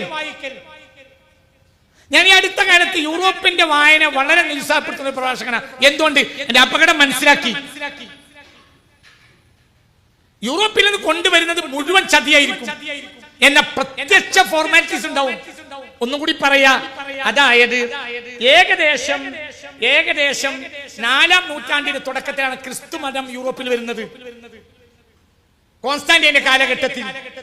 അതിനുശേഷം റോം, പ്രത്യേകിച്ച് ഹോളി റോമൻ എംപയർ വന്നു, ബൈസന്റൈൻ റോമൻ എംപയർ വന്നു. 14-ാം നൂറ്റാണ്ട് മുതൽ ഏകദേശം 18-ാം നൂറ്റാണ്ടിന്റെ അവസാനമോ 19-ാം നൂറ്റാണ്ടിന്റെ തുടക്കമോ വരെ സ്കാൻഡിനേവിയൻ രാജ്യങ്ങൾ 100% മതവാദികളാണ്. 100%. എന്നാൽ ഇന്ന് സ്കാൻഡിനേവിയൻ രാജ്യങ്ങളുടെ അവസ്ഥ ഒന്ന് ഇന്നെ നോക്ക്. സ്കാൻഡിനേവിയൻ രാജ്യങ്ങളുടെ അവസ്ഥ, മതമുള്ളവർ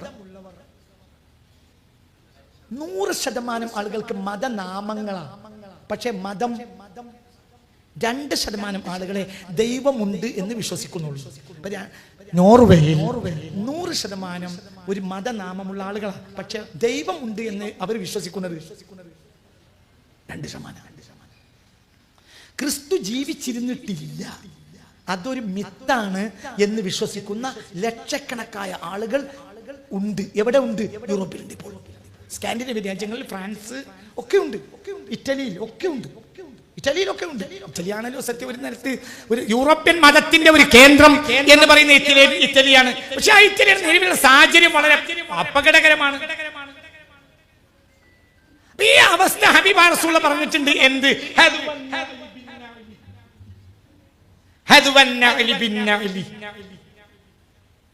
അവർക്ക് നിങ്ങൾ ചെരുപ്പിന് ചെരുപ്പൊപ്പിക്കും. ഹബീബ് റസൂൽ ജനിക്കുന്നത് 570-632. അക്കാലത്ത് മതപരമായ സമൂഹത്തിൽ ശത്രുതയുള്ള ഒരൊറ്റ ജനത ബൈസന്റൈൻ റോമൻ എംപയർ ആണ്. അന്ന് യൂറോപ്പിൽ ഹോളി റോമൻ എംപയർ ഇല്ല. ഹോളി റോമൻ എംപയർ വരുന്നത് പിന്നെ 10th സെഞ്ചുറിയിലാണ് AD. അപ്പൊ ഹബീബ റസൂലുള്ള കാലത്ത് ബൈസന്റൈൻ റോമൻ എംപയർ ആണ് എല്ലാ പ്രശ്നത്തിന്റെയും പ്രശ്നക്കാര്. ഞാൻ അവരുടെ പ്രശ്നങ്ങളെ തിരുദൂതർ എന്നെ എന്റെ പുസ്തകത്തിൽ വിശദീകരിച്ചിട്ടുണ്ട്. വായിച്ചവർക്ക് കൈപ്പൊക്കാം.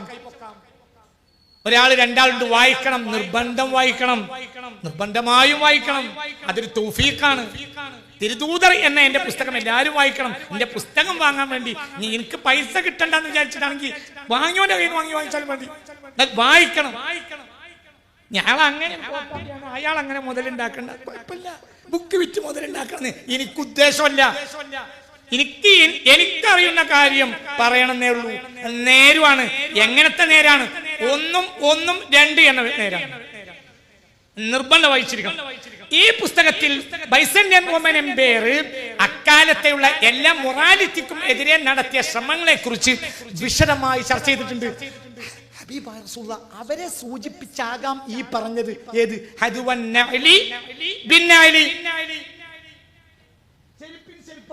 അതായത് യൂറോപ്പിന്റെ കളി നിങ്ങൾ കളിക്കും. ആ കളിപ്പ നമ്മളിലേക്ക് വന്നു. എന്താ?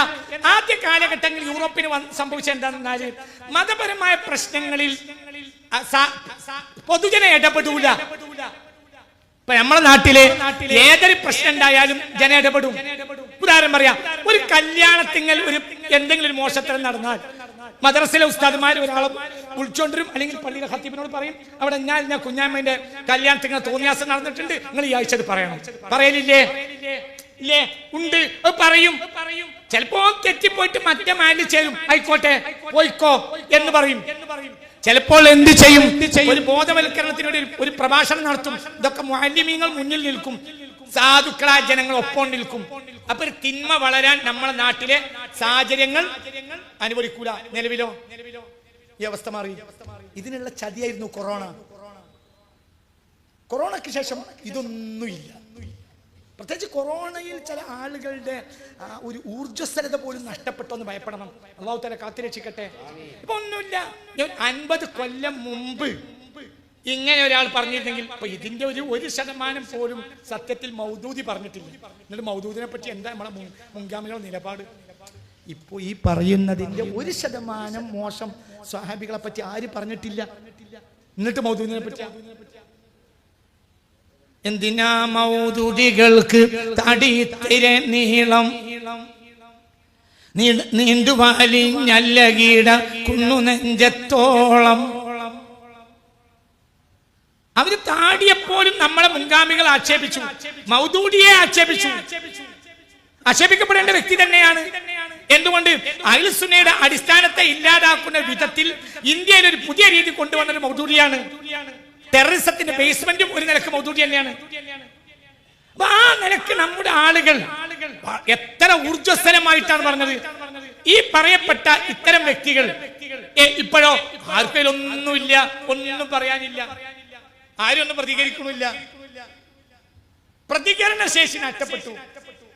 ഉദാഹരണം പറയാം, ഒരു 6 മാസം മുമ്പ് ഒരു വഹാബി നേതാവ് മഹാനായ CM വലിയുള്ളാഹിയെ പറ്റി മോശമായ ഒരു പ്രസംഗം നടത്തിയിരുന്നു.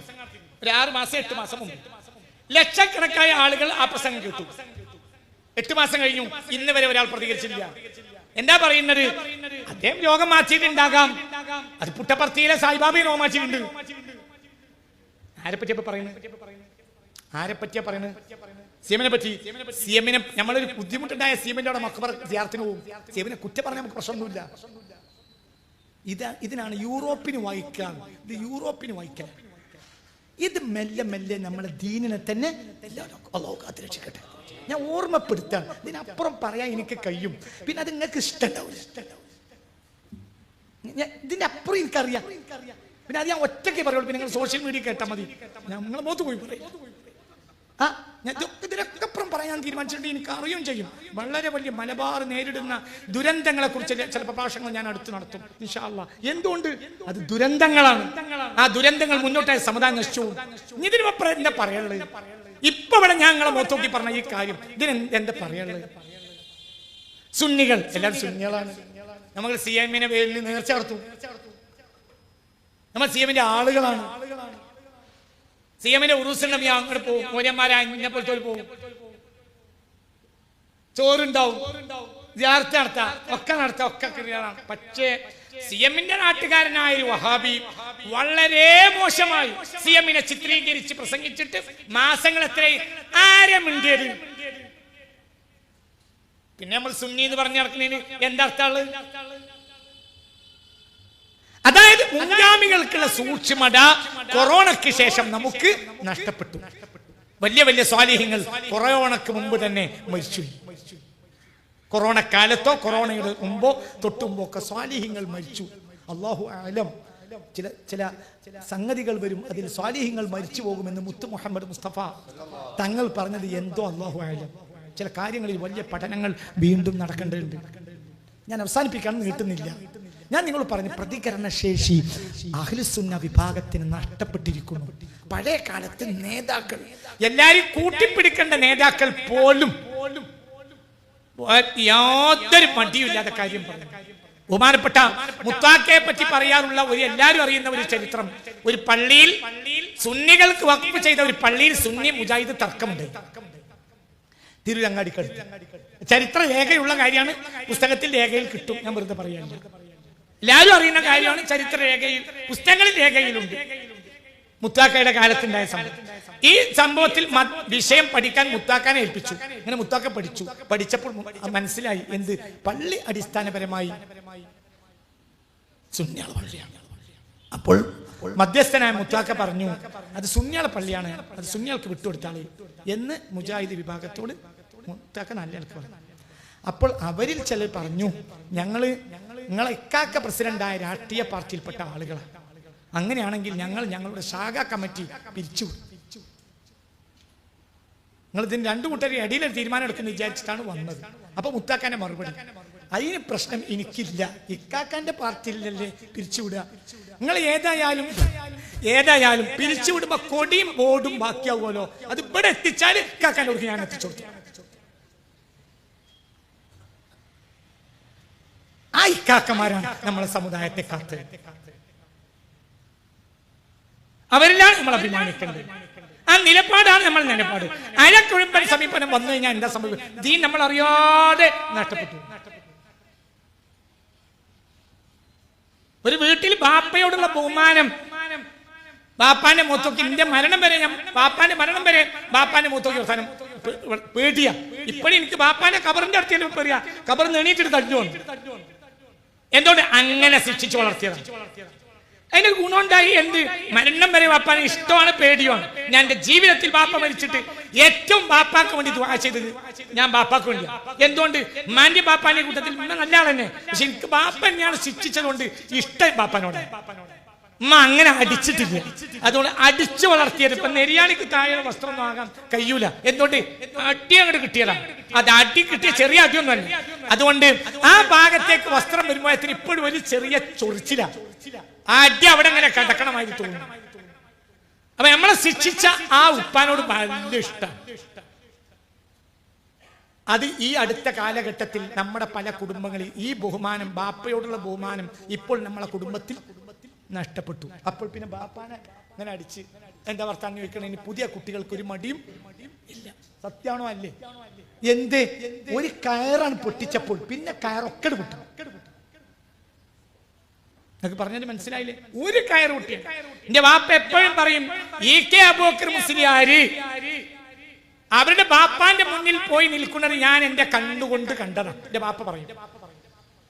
ബാപ്പ അവരൊക്കെ ഒരു കുടുംബ സുഹൃത്തായിരുന്നു. പറയും, ഞാന് EK ശംസുൽ ഉലമയുടെ വീട്ടിൽ പോയി ഒരു ആവശ്യത്തിന് അസം മുസ്ലിയാരെ കൂടെയാണ് പോയത് ബാപ്പുള്ള കാലത്ത്.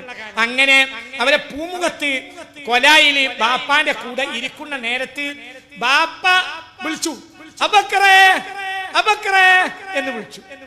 അപ്പോൾ പുറത്തുകൂടെ ശംസുൽ ഉലമ റഹിമഹുല്ലാഹ് വായിൽ ഇങ്ങനെ പൊത്തി, ഓ ഓ ഓ എന്ന് പറഞ്ഞിങ്ങനെ വന്ന് മുന്നിൽ കുറച്ചു നേരം നിന്നു.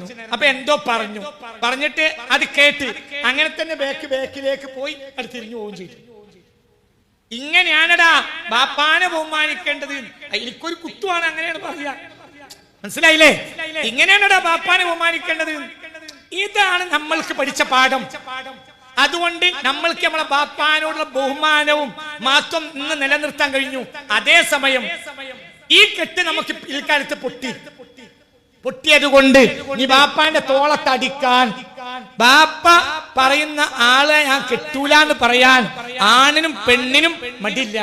ഇന്ന് ഒരു ബാപ്പയും മോളും ഭാര്യയും ഒരു കുടുംബം എൻ്റെ അടുത്ത് വന്നിരുന്നു ദാറുൽ ഖുർആനിൽ. എന്താ ബാപ്പാൻ്റെത്? എൻ്റെ മോള് വേറൊരാളെ കല്യാണം കഴിക്കണം എന്ന് പറയാൻ എനിക്കത് ഒരിക്കലും യോജിക്കാൻ കഴിയൂല. അതുകൊണ്ട് ഉസ്താദ് ഒന്ന് പറഞ്ഞ് അത് ലെവലാക്കണം. എനിക്കറിയാം ഞാൻ പറഞ്ഞാൽ അത് ലെവലാവൂല. എന്തുകൊണ്ട്? ബാപ്പാനോട് പറഞ്ഞാൽ ലെവലാവും. അങ്ങനെ പെണ്ണിനോട് സംസാരിച്ചപ്പോൾ ഒരിക്കലും ലെവലാവൂല എന്ന് മനസ്സിലായി. അപ്പൊ ഞാൻ ബാപ്പാനോട് പറഞ്ഞു, എന്ത് ഇനിയിപ്പോൾ ഏതായാലും ഒളിച്ചു പോകുന്നതിന് മുമ്പ് നല്ല നിലക്ക് നിങ്ങൾ അങ്ങോട്ട് ഹലാലാക്കി കളി. ബാപ്പാനോട് പറയാൻ പറ്റും, കാരണം ബാപ്പ പഴയ ബാപ്പയാണ്. മകളോട് പറയാൻ പറ്റില്ല. എന്തുകൊണ്ട്? ഇങ്ങനെ ബാപ്പയെ അനുസരിക്കണം എന്ന നയം ഇപ്പോൾ ആർക്കില്ല, മക്കൾക്കില്ല. എന്തുകൊണ്ട്? കെട്ട് പൊട്ടി. ഈ സുന്നി കെട്ട് പൊട്ടണം എന്നാണ് ഇപ്പൊ എല്ലാവരും പറയുന്നത്. തീവ്രവാദി പ്രഭാഷകനാണ് റഹ്മത്തുള്ള ഖാസിമി എന്നാണ് പറയുന്നത്. എന്താണ് ആ തീവ്രവാദ പ്രഭാഷണം? എനിക്ക് അതുവരെ ആലോചിച്ചിട്ട് ഞാൻ എന്താണ് എനിക്ക് ദുനിയാവിൽ എന്ത് പിടുത്തം കിട്ടിയിട്ടും എനിക്ക് പിടുത്തം കിട്ടാത്ത വിഷയം ഞാൻ തീവ്രവാദി പ്രഭാഷകനാണ് പിടുത്തം കിട്ടിയില്ല. അത് പറയുന്ന ആൾക്ക് ഞാൻ വലിയ സമ്മാനം കൊടുക്കും. അതായത് അവർ ചരിത്രത്തിൽ ഇത്ര ആളെ കൊന്നവരാണ്, അവരെ സൂക്ഷിക്കണം എന്ന് പറയുന്നത് കൊണ്ട് ഞാനെങ്ങനെ തീവ്രവാദിയാകുക? അത് ഒരു തീവ്രവാദിയാണെന്ന് പറയുന്നില്ലേ? നിങ്ങൾ എന്റെ കൂടെ ഇല്ല. ഞാനിപ്പോ എന്തേ പറഞ്ഞു? ഇവരൊക്കെ കൊല്ലണം എന്നാണോ ഞാൻ പറഞ്ഞു? അല്ല, ഞാൻ ചരിത്രം അങ്ങനെയാണ്, ശ്രദ്ധിക്കണം. അത് ഇങ്ങോട്ട് കയറരുത്. കയറിയാൽ നമ്മളെ ഇടയിലുള്ള നന്മ നഷ്ടപ്പെട്ടു, ഒക്കെ നഷ്ടപ്പെട്ടു, എല്ലാം നഷ്ടപ്പെട്ടു, ഇപ്പോൾ നഷ്ടപ്പെട്ടു. ഓണം തുടങ്ങുന്നത്, ഓണം എന്നാ തുടങ്ങുന്നത്? ഒരഭിപ്രായം വില്യം ലോഗൻ മലബാർ മാനുവലിൽ എഴുതിയ ഒരു അഭിപ്രായം, ചക്രവർത്തി പെരുമാൾ 10 ദിവസം തപസ്സനുഷ്ഠിച്ചതിന് ശേഷം നാടൊഴിവാക്കി മക്കത്തേക്ക് പോയതിന്റെ അനുസ്മരണമാണ് എന്ത് ഓണം എന്ന് വില്യം ലോഗന്റെ മലബാർ മാനുവലിൽ ഉണ്ട്. ഉദാഹരണം. അപ്പൊ ഏതായാലും ഒരു അഭിപ്രായം പല അഭിപ്രായങ്ങളുണ്ട്. ഏതായാലും ആയിരക്കണക്കായ കൊല്ലങ്ങളായി നമ്മുടെ നാട്ടിൽ നടക്കുന്ന കാര്യമാണല്ലോ എന്ത് ഒന്ന് പറയും, എന്ത് ഓണം. ക്രിസ്മസോ? എന്താ ക്രിസ്മസ് എന്ന് തുടങ്ങിയാലും സെന്റ് തോമസ് 52 വരുന്നു. 72 സെന്റ് തോമസ് മൈലാപ്പൂരിൽ മരിച്ചു. സെന്റ് തോമസ് ആരാ? 12 ശിഷ്യന്മാരിൽ ഒരാൾ. ആരുടെ? സയ്യിദുനാ ഈസ.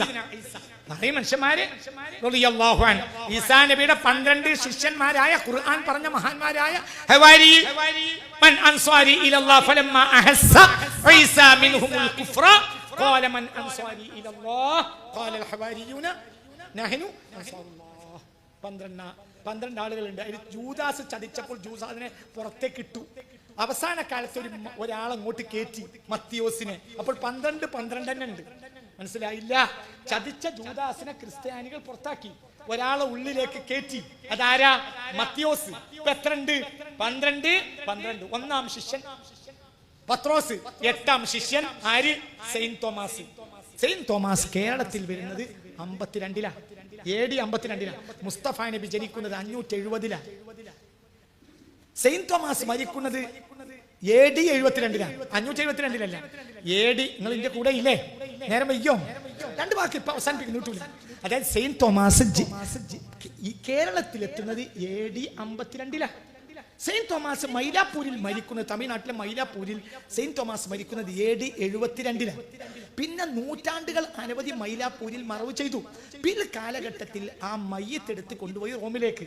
വളരെ ചിന്തിക്കണം കേട്ടോ. ആ മയ്യത്ത് അങ്ങനെ തന്നെ എടുത്തുകൊണ്ട് എവിടെ മറവ് ചെയ്തു? റോമിൽ മറവ് ചെയ്തു. വലിയ മഹാനാണ് ആര്? സെയിന്റ് തോമസ് റളിയല്ലാഹു അൻഹു. റളിയല്ലാഹു അൻഹു എന്ന് പറയാൻ ഇത് നോക്കിയിരിക്കണേ. മനസ്സിലായോ പറഞ്ഞത്? കാലഘട്ടത്തിൽ ഏതായാലും നൂറ്റാണ്ടുകൾ സഹസ്രാബ്ദങ്ങൾ അനവധിയായി നമ്മുടെ നാട്ടിൽ എന്തുണ്ട്? ക്രിസ്തുമസും ഉണ്ട്, നമുക്ക് പെരുന്നാളും ഉണ്ട്, ഇല്ലേ? 3 മതം തിങ്ങിപ്പാർക്കുന്ന ഒരു നാടാണല്ലോ കേരളം. മലബാറും കേരളവും ഒക്കെ അല്ലേ പറയും മനുഷ്യന്മാരെ. ഓണത്തിന്റെ സമുദായവും ഇവിടെ ഉണ്ട്, പിന്നെ ക്രിസ്തുമസ് സമുദായം ഉണ്ട്, പെരുന്നാൾ സമുദായവും ഉണ്ട്. വല്ല തല്ലും വെക്കാണോ? നിങ്ങളെ കുട്ടിക്കാലത്ത് കിട്ടിയിരുന്നോ? എന്തെങ്കിലും തല്ലും വെക്കാണോ? എന്തെങ്കിലും തല്ലും വെക്കാം? എന്തെങ്കിലും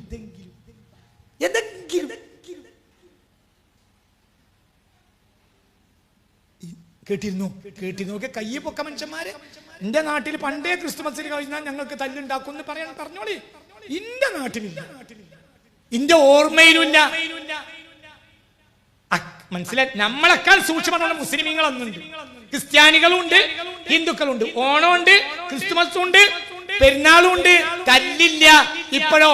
ഇപ്പൊ ഓരോ ആണ്ടർന്ന് വരുമ്പോ പേടിയാ, പടച്ചോനെ എന്തെങ്കിലും സംഭവിക്കോ. എന്തേ? നമ്മൾ വഹാബികത്തിന് വായിച്ചു, നമ്മൾ അറിയാതെ വഹാബിയായി. അന്യ സമുദായങ്ങളെ സഹിക്കാതിരിക്കുക എന്ന രീതി വഹാബിയത്തിന്റെ രീതിയാണ്, സുന്നി രീതിയല്ല.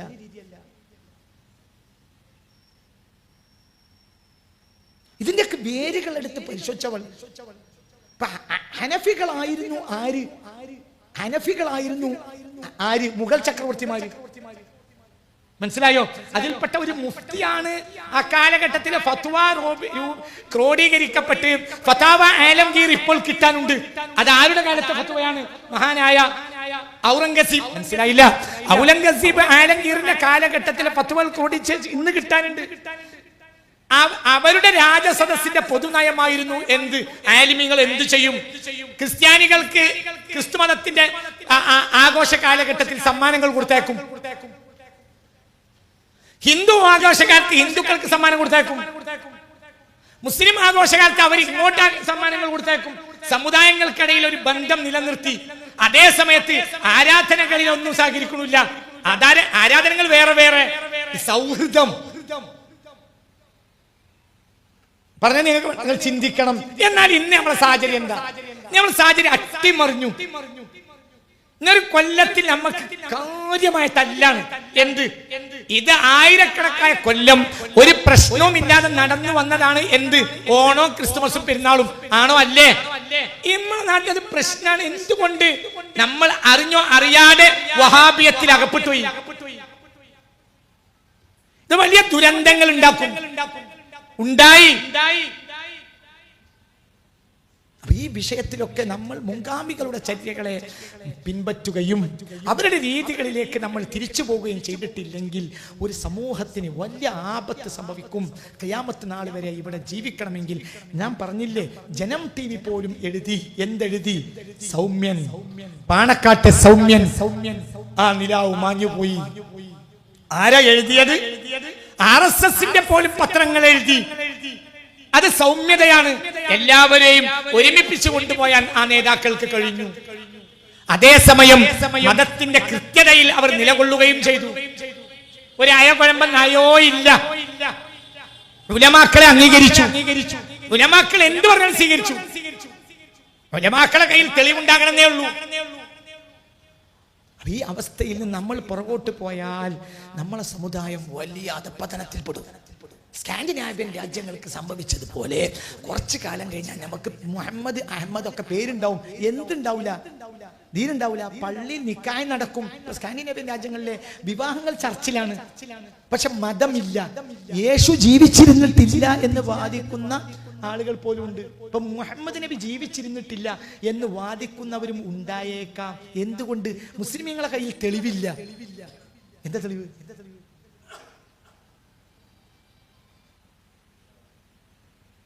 തെളിവുണ്ടായിരുന്നു. നബി ജീവിച്ച വീട്, ഖുർആൻ ഇറങ്ങിയ വീട്, ഖുർആൻ ഇറങ്ങിയ വീട്, നബി ജീവിച്ച വീട്. ആ വീട് ഒന്നല്ലാതാക്കി. കുറെ കാലം അത് കാലിപ്പറമ്പാക്കി, പിന്നീട് മക്തബയാക്കി. ചില പ്രശ്നങ്ങൾ വന്നപ്പോൾ എന്തായാലും എന്തില്ല, ആയിരക്കണക്കായ കൊല്ലങ്ങൾ മുസ്ലിം ലോകം സംരക്ഷിച്ചു വന്ന മുത്തു മുഹമ്മദ് മുസ്തഫ ജനിച്ച വീട് ഇന്ന് ഇല്ല. ഇനി നമുക്ക് പ്രശ്നവും ഇല്ല. പണ്ടുള്ള ആളുകൾ ഭയങ്കര ബേജാറുണ്ടായിരുന്നു. 1803 വഹാബികൾ കർബലയിൽ സയ്യിദ് ഹുസൈൻ റളിയല്ലാഹു അൻഹുവിന്റെ മഖ്ബറ തകർത്തപ്പോൾ, AD 1803 തകർത്തപ്പോൾ, മനസ്സിലായില്ലേ? അതിനുവേണ്ടി ഇന്ത്യൻ പണക്കാർ അനവധി പണം കൊടുത്ത് അത് പുനർനിർമ്മിക്കാൻ സാധിച്ചിട്ടുണ്ട്. എന്തുകൊണ്ട്? അവരെ സംബന്ധിച്ചിടത്തോളം സയ്യിദ് ഹുസൈൻ റളിയല്ലാഹു അൻഹുവിന്റെ ബഹുമാനം, ഭരണം നടത്തുന്നത് അവിടെ ആ മക്ബറകളിൽ ഭരണം നടത്തുന്ന ഷിയാക്കൾ തന്നെ. പക്ഷേ സയ്യിദ് ഹുസൈൻ റളിയല്ലാഹുവിനോട് ബഹുമാനം. അപ്പൊ ഇങ്ങനെയുള്ള കാര്യങ്ങളൊക്കെ നമ്മളെ കയ്യിൽ നിന്ന് മെല്ലെ മെല്ലെ മെല്ലെ മെല്ലെ മെല്ലെ മെല്ലെ നാട് നീങ്ങി നഷ്ടപ്പെട്ടു പോകും. നമുക്കിതിനൊന്നും പ്രശ്നങ്ങളില്ലാതെയാവും, ഒന്നും വിഷയമില്ലാതെയാവും, ആർക്കൊന്നും വിഷയമില്ല. നമ്മൾ നിസ്കരിച്ചാൽ സ്വർഗം കിട്ടും നമ്മൾ വിചാരിക്കും. പക്ഷെ ഈമാനുള്ളവർക്കാണ് നിസ്കാരം. ഇല്ലല്ലദീന ആമനു വഅമിലു സ്വാലിഹാത്താണ്. നിങ്ങൾ ചിന്തിക്കി, നിസ്കാരം നമ്മൾ നടക്കും, നിസ്കാരം ഖാദിയാനികൾ നടത്തുന്നുണ്ട്, ഈ പറഞ്ഞ ആളുകളൊക്കെ നിസ്കരിക്കും. പക്ഷെ അങ്ങനെയുള്ള ചില ആട്ടങ്ങളായി നമ്മൾ അധപ്പതിക്കാനുള്ള സാഹചര്യം, പ്രതികരണശേഷി ഉമ്മത്ത് മുസ്ലിമത്തിന് നഷ്ടപ്പെട്ടതുപോലെയുള്ള ഒരു ദുരന്തം മുസ്ലിമീങ്ങൾക്ക് ഇനി മറ്റൊന്നും വരാനില്ല.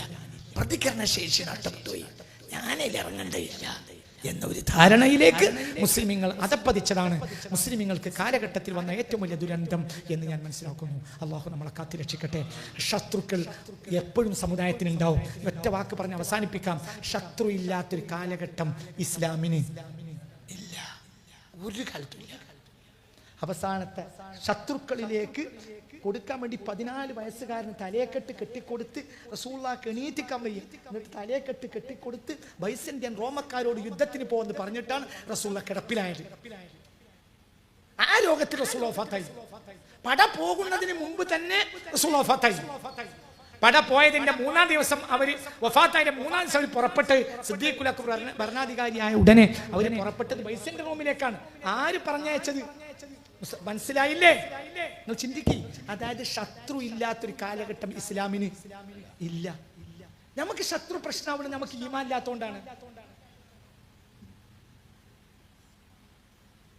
ഞാൻ ഓതുന്ന ആയത്തുൽ കുർസിക്ക് വില ഉണ്ടെങ്കിൽ, അതിനൊരു വില ഉണ്ട് എന്ന് എനിക്ക് തോന്നിയാൽ, എൻ്റെ പുരയിൽ ബ്രഹ്മരക്ഷസ് പാർക്കുന്നുണ്ട് എന്ന് പറഞ്ഞാൽ എനിക്ക് വല്ല കുളിരുണ്ടാവും. നിങ്ങൾ എൻ്റെ കൂടെ അല്ല. ഞാൻ ഓതുന്ന ആയത്തുൽ കുർസിയിൽ എനിക്ക് വില ഇല്ലാത്തത് കൊണ്ടല്ലേ. എനിക്ക് എന്തിനെ പേടി? ചേക്കുട്ടി പാപ്പ ഉണ്ട് അവിടെ. ചേക്കുട്ടി കാക്കണ്ടായ വേണ്ടില്ല, ചേക്കുട്ടി പാപ്പ ഉണ്ടായാലും കൊണ്ട് വരാൻ പറ. എന്ത്? എനിക്ക് ദിഫാ ഉണ്ട്. എന്ത്? ആയത്തുൽ കുർസി. എന്റെ ദിഫായിൽ എനിക്ക് വിശ്വാസമുണ്ട്. നിങ്ങൾക്ക് പറഞ്ഞാൽ മനസ്സിലായി. നമുക്ക് ശത്രുവിനെ എപ്പോഴാ പേടിയാകുക? നമ്മളെ കയ്യിൽ ആയുധം ഇല്ലാതാവുമ്പോ. എന്താണ് ഈ ആയുധം? AK-47 അല്ല. എന്താ ആയുധം? ഈമാൻ. അപ്പൊ നമ്മളിപ്പോ എവിടെ കൂടിയാലും പറയാൻ പോണ എന്താ? ഈ പൊളിറ്റിക്കൽ സ്റ്റെന്റുകളാണ്. എന്ത് അങ്ങനെ ഇങ്ങനെ ഒന്നും മറ്റോ മുസ്ലിമീങ്ങൾ അങ്ങനെയോ മറ്റൊന്നെയോ. നിങ്ങൾക്കറിയോ ഒരു അത്ഭുതം? ഇപ്പോഴും അള്ളാഹു നിങ്ങൾക്ക് ഒരു അത്ഭുതം കാണിച്ചു തന്നില്ലേ? മുത്ത് റസൂലുള്ളാഹിന്റെ മുഅ്ജിസത്ത്, ഉമ്മത്തിന്റെ കറാമത്ത്. എന്തേ? ഫലസ്തീനികൾ. എന്താ വായിക്കണ്ടേ? എത്ര അമേരിക്കക്കാരാണ് അത്ഭുതപ്പെട്ടത്? എത്ര ആളുകളാണ് ഇസ്ലാം മതത്തെ കുറിച്ച് ചിന്തിച്ചത്? നിങ്ങൾ എന്താ പറയണത്? എന്താ പെന്റഗന്റെ വാദം? എന്താ പെന്റഗന്റെ വാദം? ഭൂമിയിൽ ഒരു മുട്ടസൂചി വീണാൽ അതെവിടെയാണെന്ന് ഞങ്ങളുടെ റഡാറ് കണ്ടുപിടിക്കുന്ന പറഞ്ഞിട്ട് ബന്ദികൾ എവിടെ? ബന്ദികൾ ഇങ്ങനെ മണ്ണിനടിയിൽ നിന്ന് എണീറ്റ് വന്നപ്പോഴാണ് ഇവരെ അന്തം വിട്ടത്. കാരണം ഇതിലൊക്കെ ഇവരെ അഴിച്ചു പൊറുക്കിയതാണ്. എന്തേ?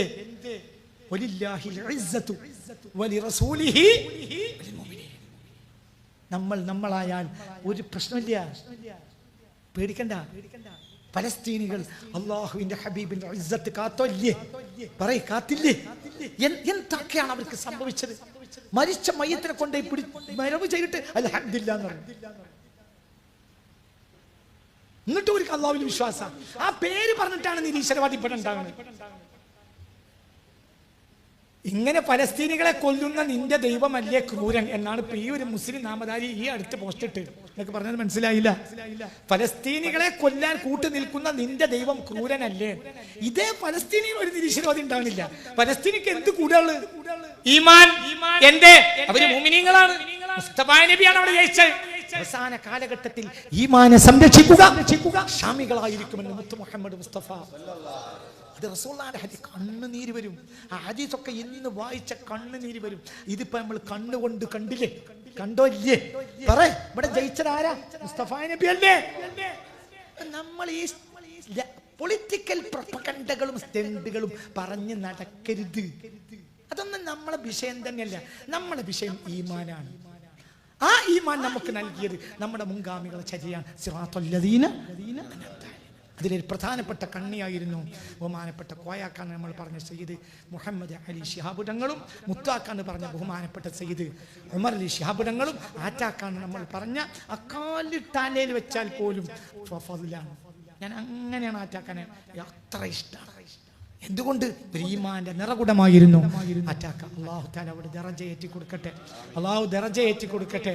ആരെയും യോജിപ്പിച്ച് കൊണ്ടുപോകാൻ ആറ്റാക്കൊക്കെ കഴിഞ്ഞിരുന്നു. ആറ്റാക്ക വല്ലാത്തൊരു നന്മയുള്ള വ്യക്തിയായിരുന്നു. അള്ളാഹു പിൻഗാമികൾക്കും ആ കഴിവ് കൊടുക്കട്ടെ എന്ന് നമുക്ക് ദുആ ചെയ്യാം.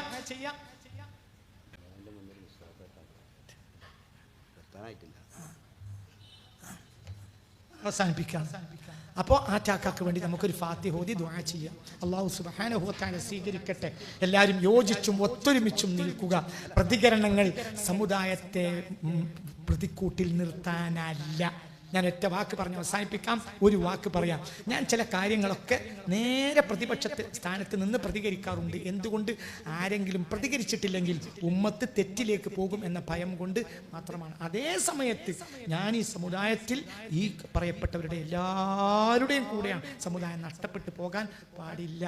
ഞാൻ എന്നെ നിങ്ങൾ ഒറ്റ വാക്ക് ഞാൻ നിങ്ങളോട് പറയാം. വൽപ്പത്തരമല്ല, എന്നാലും ഒരു നന്മ. ഞാൻ എൻ്റെ ആയുസ്സിൽ സമസ്തയുടേതോ ലീഗിൻ്റെതോ അല്ലാത്തൊരു മെമ്പർഷിപ്പും എടുത്തിട്ടില്ല, എടുക്കൂല. എന്തുകൊണ്ട്? എടുത്ത മേശറിൽ നിന്ന് ചെപ്പക്കുറ്റിക്ക് അടി തന്നിട്ടായിരിക്കും ബാപ്പ പിന്നെ ഒരു വർത്തമാനം പറയുന്നത്. മേശറിൽ ഏതായാലും ബാപ്പാനെ കാണേണ്ടി വരുമല്ലോ. ബാപ്പ ഇങ്ങനെ കറങ്ങണ ജാതി അടിത്തരും. എന്തൊക്കെ പ്രശ്നങ്ങൾ എത്ര തള്ളി പറഞ്ഞാലും ഞാൻ ബഹുമാനപ്പെട്ട സമസ്തയിൽ നിന്നോ അതിൻ്റെ അയലത്ത് നിന്നോ അതേപോലെ തന്നെ ബഹുമാനപ്പെട്ട നമ്മുടെ സാദാത്തുക്കൾ നേതൃത്വം നൽകുന്ന ആ സാമൂഹിക അന്തരീക്ഷത്തിൽ നിന്നോ പുറത്തു പോകൂല. ഒരിക്കലും ഉണ്ടാവില്ല. എത്ര കാലം കൊണ്ട് ചവിട്ടിയാലും ഞാൻ പുറത്തേക്ക് പോകില്ല. എന്തുകൊണ്ട്? അത് പുറത്തേക്ക് പോകാൻ പാടില്ല. നമ്മുടെ നന്മ, നമ്മുടെ കൂട്ടായ്മയാണ്. അല്ലാഹു ആ ഇസ്സത്ത് നമുക്ക് നിലനിർത്തി തരട്ടെ. പക്ഷേ ചില കാര്യങ്ങൾക്ക് ഞാൻ പ്രതികരിക്കും. അതെന്തിനാ പ്രതികരിക്കുന്നത്? ചില വസ്തുതകൾ മനസ്സിലാക്കാൻ വേണ്ടിയാണ്. അതിൽ പ്രതികരിച്ചത് കൊണ്ടാണ് നമുക്ക് പ്യൂരിഫിക്കേഷന് കഴിയുന്നത്. ഒരു ഉസ്താദിനെ പറ്റി ഞാൻ ഈ അടുത്ത കാലത്ത് പ്രസംഗം നടത്തി. നിങ്ങൾ വിഷമിക്കരുത്, ഒന്നും ഉണ്ടാകരുത്. ഞാൻ എന്തൊക്കെയാണ് അതിന്റെ പേരിൽ കേട്ടത്. പക്ഷെ അതേ സമയത്ത് പിന്നീട് അവർക്ക് മനസ്സിലായി ശരിയാണ്. അപ്പോൾ പ്യൂരിഫിക്കേഷനും വന്നു. അപ്പൊ നിങ്ങൾ ഇന്നെ ചീത്ത പറയുന്നു വിചാരിച്ചിട്ട് ഞാനത് പറയാതിരുന്നാൽ ഒരു നന്മ ഉണ്ടാവില്ലല്ലോ. 4-ാം മാസം പള്ളയിലുണ്ടാവും, 10-ാം മാസം പ്രസവിക്കേണ്ടി വരുമല്ലോ, അതിൻ്റെ ഇടയിൽ ഛർദിക്കും വേണ്ടി വരുമല്ലോ, പിന്നെ ആശുപത്രി കൊണ്ടേലാക്കിയിട്ട് പെറ്റിട്ടില്ലെങ്കിൽ പള്ള കീറുമല്ലോ എന്ന് വിചാരിച്ചിട്ട് ഞാൻ നിന്നെ കെട്ടിക്കണ്ടെന്ന് പറഞ്ഞാലോ? അപ്പൊ നാട്ടിൽ മനുഷ്യണ്ടാവില്ലല്ലോ. നിങ്ങൾ എന്റെ കൂടെ അല്ല, മനസ്സിലായില്ല? അപ്പൊ അതൊക്കെ ഉണ്ടാവും. എന്ത് കെട്ടിച്ചു കഴിഞ്ഞാൽ ഓക്കാനുണ്ടാവും. പിന്നെയോ പിന്നെ പല പ്രശ്നങ്ങളുണ്ടാവും. പിന്നെ കാല് മേലക്കാക്കി കുറെ സമയം കിടക്കേണ്ടി വരും. ഇത് പോകാൻ സാധ്യതയില്ല. അതുകൊണ്ട് കാല് മേപ്പെട്ടാക്കി കിടക്കണം. 6 മാസം എന്ന് പറയും, അങ്ങനെയും കിടക്കേണ്ടി വരും. പിന്നെ പല ബുദ്ധിമുട്ടുണ്ടാവും. പിന്നെ ആശുപത്രിയിൽ 9-ാം മാസം കൊണ്ടുപോകും. പിന്നെ അതിന്റെ അടിയിലൊക്കെ ചന്തിക്ക് വലിയ എത്ര പൊണ്ണ ഇഞ്ചക്ഷനും കയറ്റും. എന്തായാലും സുഖം ഉണ്ടാവില്ല. ഇതൊക്കെ വിചാരിച്ച് എന്നെ കെട്ടിക്കണ്ടാന്ന് പെൺകുട്ടികൾ പറയാൻ തിരിച്ചാൽ പിന്നെ നാട്ടിൽ എങ്ങനെയാ മനുഷ്യന്മാരുണ്ടാവുക? അപ്പൊ എന്നതുപോലെ അതിന്റെ പിന്നിൽ പിന്നെ എന്ത് സംഭവിക്കുന്നു എന്നല്ല, പ്യൂരിഫിക്കേഷൻ നടക്കണമെങ്കിൽ എന്ത് വേണം? പ്രതികരണങ്ങൾ വന്നുകൊണ്ടേ ഇരിക്കണം. അത് സമുദായ വിരുദ്ധതയാണെന്ന് നിങ്ങളെപ്പോലത്തെ നേതാക്കന്മാരോ മറ്റോ തെറ്റിദ്ധരിക്കരുത്. ചില ആളുകൾ പിന്നെ ഒരു ചിന്ത എന്ന് പറഞ്ഞാൽ ഋതുമതിയുടെ രക്തം പോലെയാണ്. ഹൈല് പൊട്ടാതിരിക്കാൻ പെണ്ണിന് പറ്റൂല. അതുകൊണ്ടാണ് പെണ്ണുങ്ങളെ പള്ളി കയറ്റണ്ടെന്ന് പറഞ്ഞത്. ഇതാണ് ചിന്ത. ചിന്ത തലേക്കട് വന്നാൽ അത് പറയാതിരിക്കാൻ കഴിയൂല. അത് പറഞ്ഞേ തീരൂ. ആ ചിന്ത കൃത്യമായിരിക്കും. അത്രയും ഊതിക്കാച്ചി എടുത്തിട്ടേ പറയൂ. ഇനി തെറ്റാണെന്ന് പറഞ്ഞാലോ മാപ്പ് പറയും. പറയാൻ ഒരു മടിയില്ല. എന്തുകൊണ്ട്? ഖുലിഖൽ ഇൻസാൻ ലഈഫ. നമ്മളൊക്കെ ദുർബലന്മാരല്ലേ? ഞാൻ പറഞ്ഞാല് ഒന്നും പ്രശ്നമില്ല. പ്യൂരിഫിക്കേഷൻ നടക്കണമെങ്കിൽ പ്രതികരണങ്ങൾ വന്നുകൊണ്ടേ ഇരിക്കണം. അത് സമുദായ വിരുദ്ധതയാണെന്നോ തങ്ങന്മാർക്കെതിരാണെന്നോ ആരും പറഞ്ഞു പരത്തരുത്. ഞാൻ അവരെ കാലിന്റെ ചെരുപ്പിന്റെ മണ്ണിന് വിലയില്ലാത്ത ഒരു സാധുവായ മനുഷ്യനാണ്. പക്ഷെ പ്രതികരണങ്ങൾ നടത്തിയിട്ടില്ലെങ്കിൽ സൊസൈറ്റിയിൽ ആപത്ത് സംഭവിക്കും എന്നതുകൊണ്ട് മാത്രമാണ് പ്രതികരിക്കുന്നത്. അള്ളാഹു നമ്മളെ കാത്തിരക്ഷിക്കട്ടെ. ഞാൻ സമൂഹത്തിന് മുന്നിൽ 2 കാര്യങ്ങൾ മുന്നോട്ട് വെച്ചിട്ടുമുണ്ട്. ബഹുമാനപ്പെട്ട CM-നെതിരെ നടന്ന പ്രഭാഷണങ്ങൾ, ഈ വിഷയത്തിലൊക്കെ സുന്നി പ്രഭാഷകർ ആലോചിച്ച് സംസാരിക്കണം. അതേപോലെ തന്നെ അള്ളാഹുവിന്റെ ഹബീബിന്റെ ഏറ്റവും ഇഷ്ടപ്പെട്ട സയ്യിദുനാ സിദ്ദീഖ് റളിയല്ലാഹുവിനെ മോശമാക്കിയിട്ട് ഒരു മുസ്ലിമായി ജീവിക്കുന്നതിന് എന്ത് മാനയാണ്? ഈ അവസ്ഥയൊക്കെ നമുക്ക് തുടർന്നു പോയാൽ ചെരുപ്പിന് ചെരുപ്പൊപ്പിച്ചതുപോലെ നമ്മളെ ദീന് പേരും മുഹമ്മദും അയ്മൂട്ടിയും ഒക്കെ തന്നെയാവും. നിക്കായിന് പള്ളിയിൽ നിന്ന് മൂലിയരും വരും, ജുമാക്കും കൂടും. ഇപ്പൊ ഈ അടുത്ത് മഞ്ചേരിക്കടുത്തൊരു മഹല്ലില് ആളുകൾ പിന്നെ ജമാഅത്തിനും ജുമാക്കൊക്കെ കുറഞ്ഞപ്പോ ശ്രദ്ധിക്കണം, കേട്ടിട്ട് പോയാൽ മതി. മഞ്ചേരിക്കടുത്തൊരു മഹല്ല്. നീ ആരെങ്കിലും നാളെ വന്ന് ചോദിച്ചാൽ മഹല്ലിന്റെ പേരും നിന്നോട് പറഞ്ഞ കമ്മിറ്റിക്കാരുടെ പേരും അടക്കം പറഞ്ഞുതരാം, പേടിക്കണ്ട. സനദ് മുത്തസില. മഞ്ചേരിക്കടുത്തൊരു മഹല്ലിൽ നിന്ന് ജമാഅത്തിനും ജുമാക്കും ആള് കുറഞ്ഞപ്പോ കമ്മിറ്റിക്കാർ എന്ത് ചെയ്തു? ചെറുപ്പക്കാരൊക്കെ ഒന്ന് കണ്ടിട്ട് പറയാൻ തീരുമാനിച്ചു, ജുമാക്ക് വരണം കേട്ടോ. അങ്ങനെ എല്ലാവരും വൈകുന്നേരമൊക്കെ ഇറങ്ങി ഒക്കെ കണ്ട് ഇങ്ങനെ ജുമാക്ക് വരണം എന്നിങ്ങനെ കണ്ട് പറഞ്ഞുകൊണ്ടിരിക്കുന്നിടയിൽ ഒരു 4-5 ബാല്യക്കാര് അവിടെ മഞ്ചേരിക്ക് ഒരു ജംഗ്ഷനിൽ പേരിപ്പ പറയണില്ല, ഞങ്ങൾ ചോദിച്ചാൽ പറയാം, സ്ഥലത്ത് കൃത്യം അവരിൻ്റെ അടുത്ത് വന്നു ഒരു പ്രസംഗം നടത്തണമെന്ന് പറഞ്ഞുകൊണ്ട്. എന്നിട്ട് ഇവരോട് പോയി പറഞ്ഞു, പിന്നെ ജുമാക്ക് ആളില്ല, ഞങ്ങളൊന്നും കാണാനുമില്ല, അതുകൊണ്ട് വന്നതാണ്. അപ്പൊ ഭാര്യക്കാർ പറഞ്ഞു, പിന്നെ ഞങ്ങൾ മുസ്ലിമാന്ന് വിചാരിച്ചിട്ട് ഞങ്ങളോട് വന്ന് പറയണ്ട, ഞങ്ങൾക്ക് നിങ്ങളെ പഠിച്ചോണ്ട് വിശ്വാസമില്ല, പിന്നെ പെണ്ണെത്തണ്ടെന്ന് വിചാരിച്ച് ഇടക്കിടക്ക് വരുന്നത്.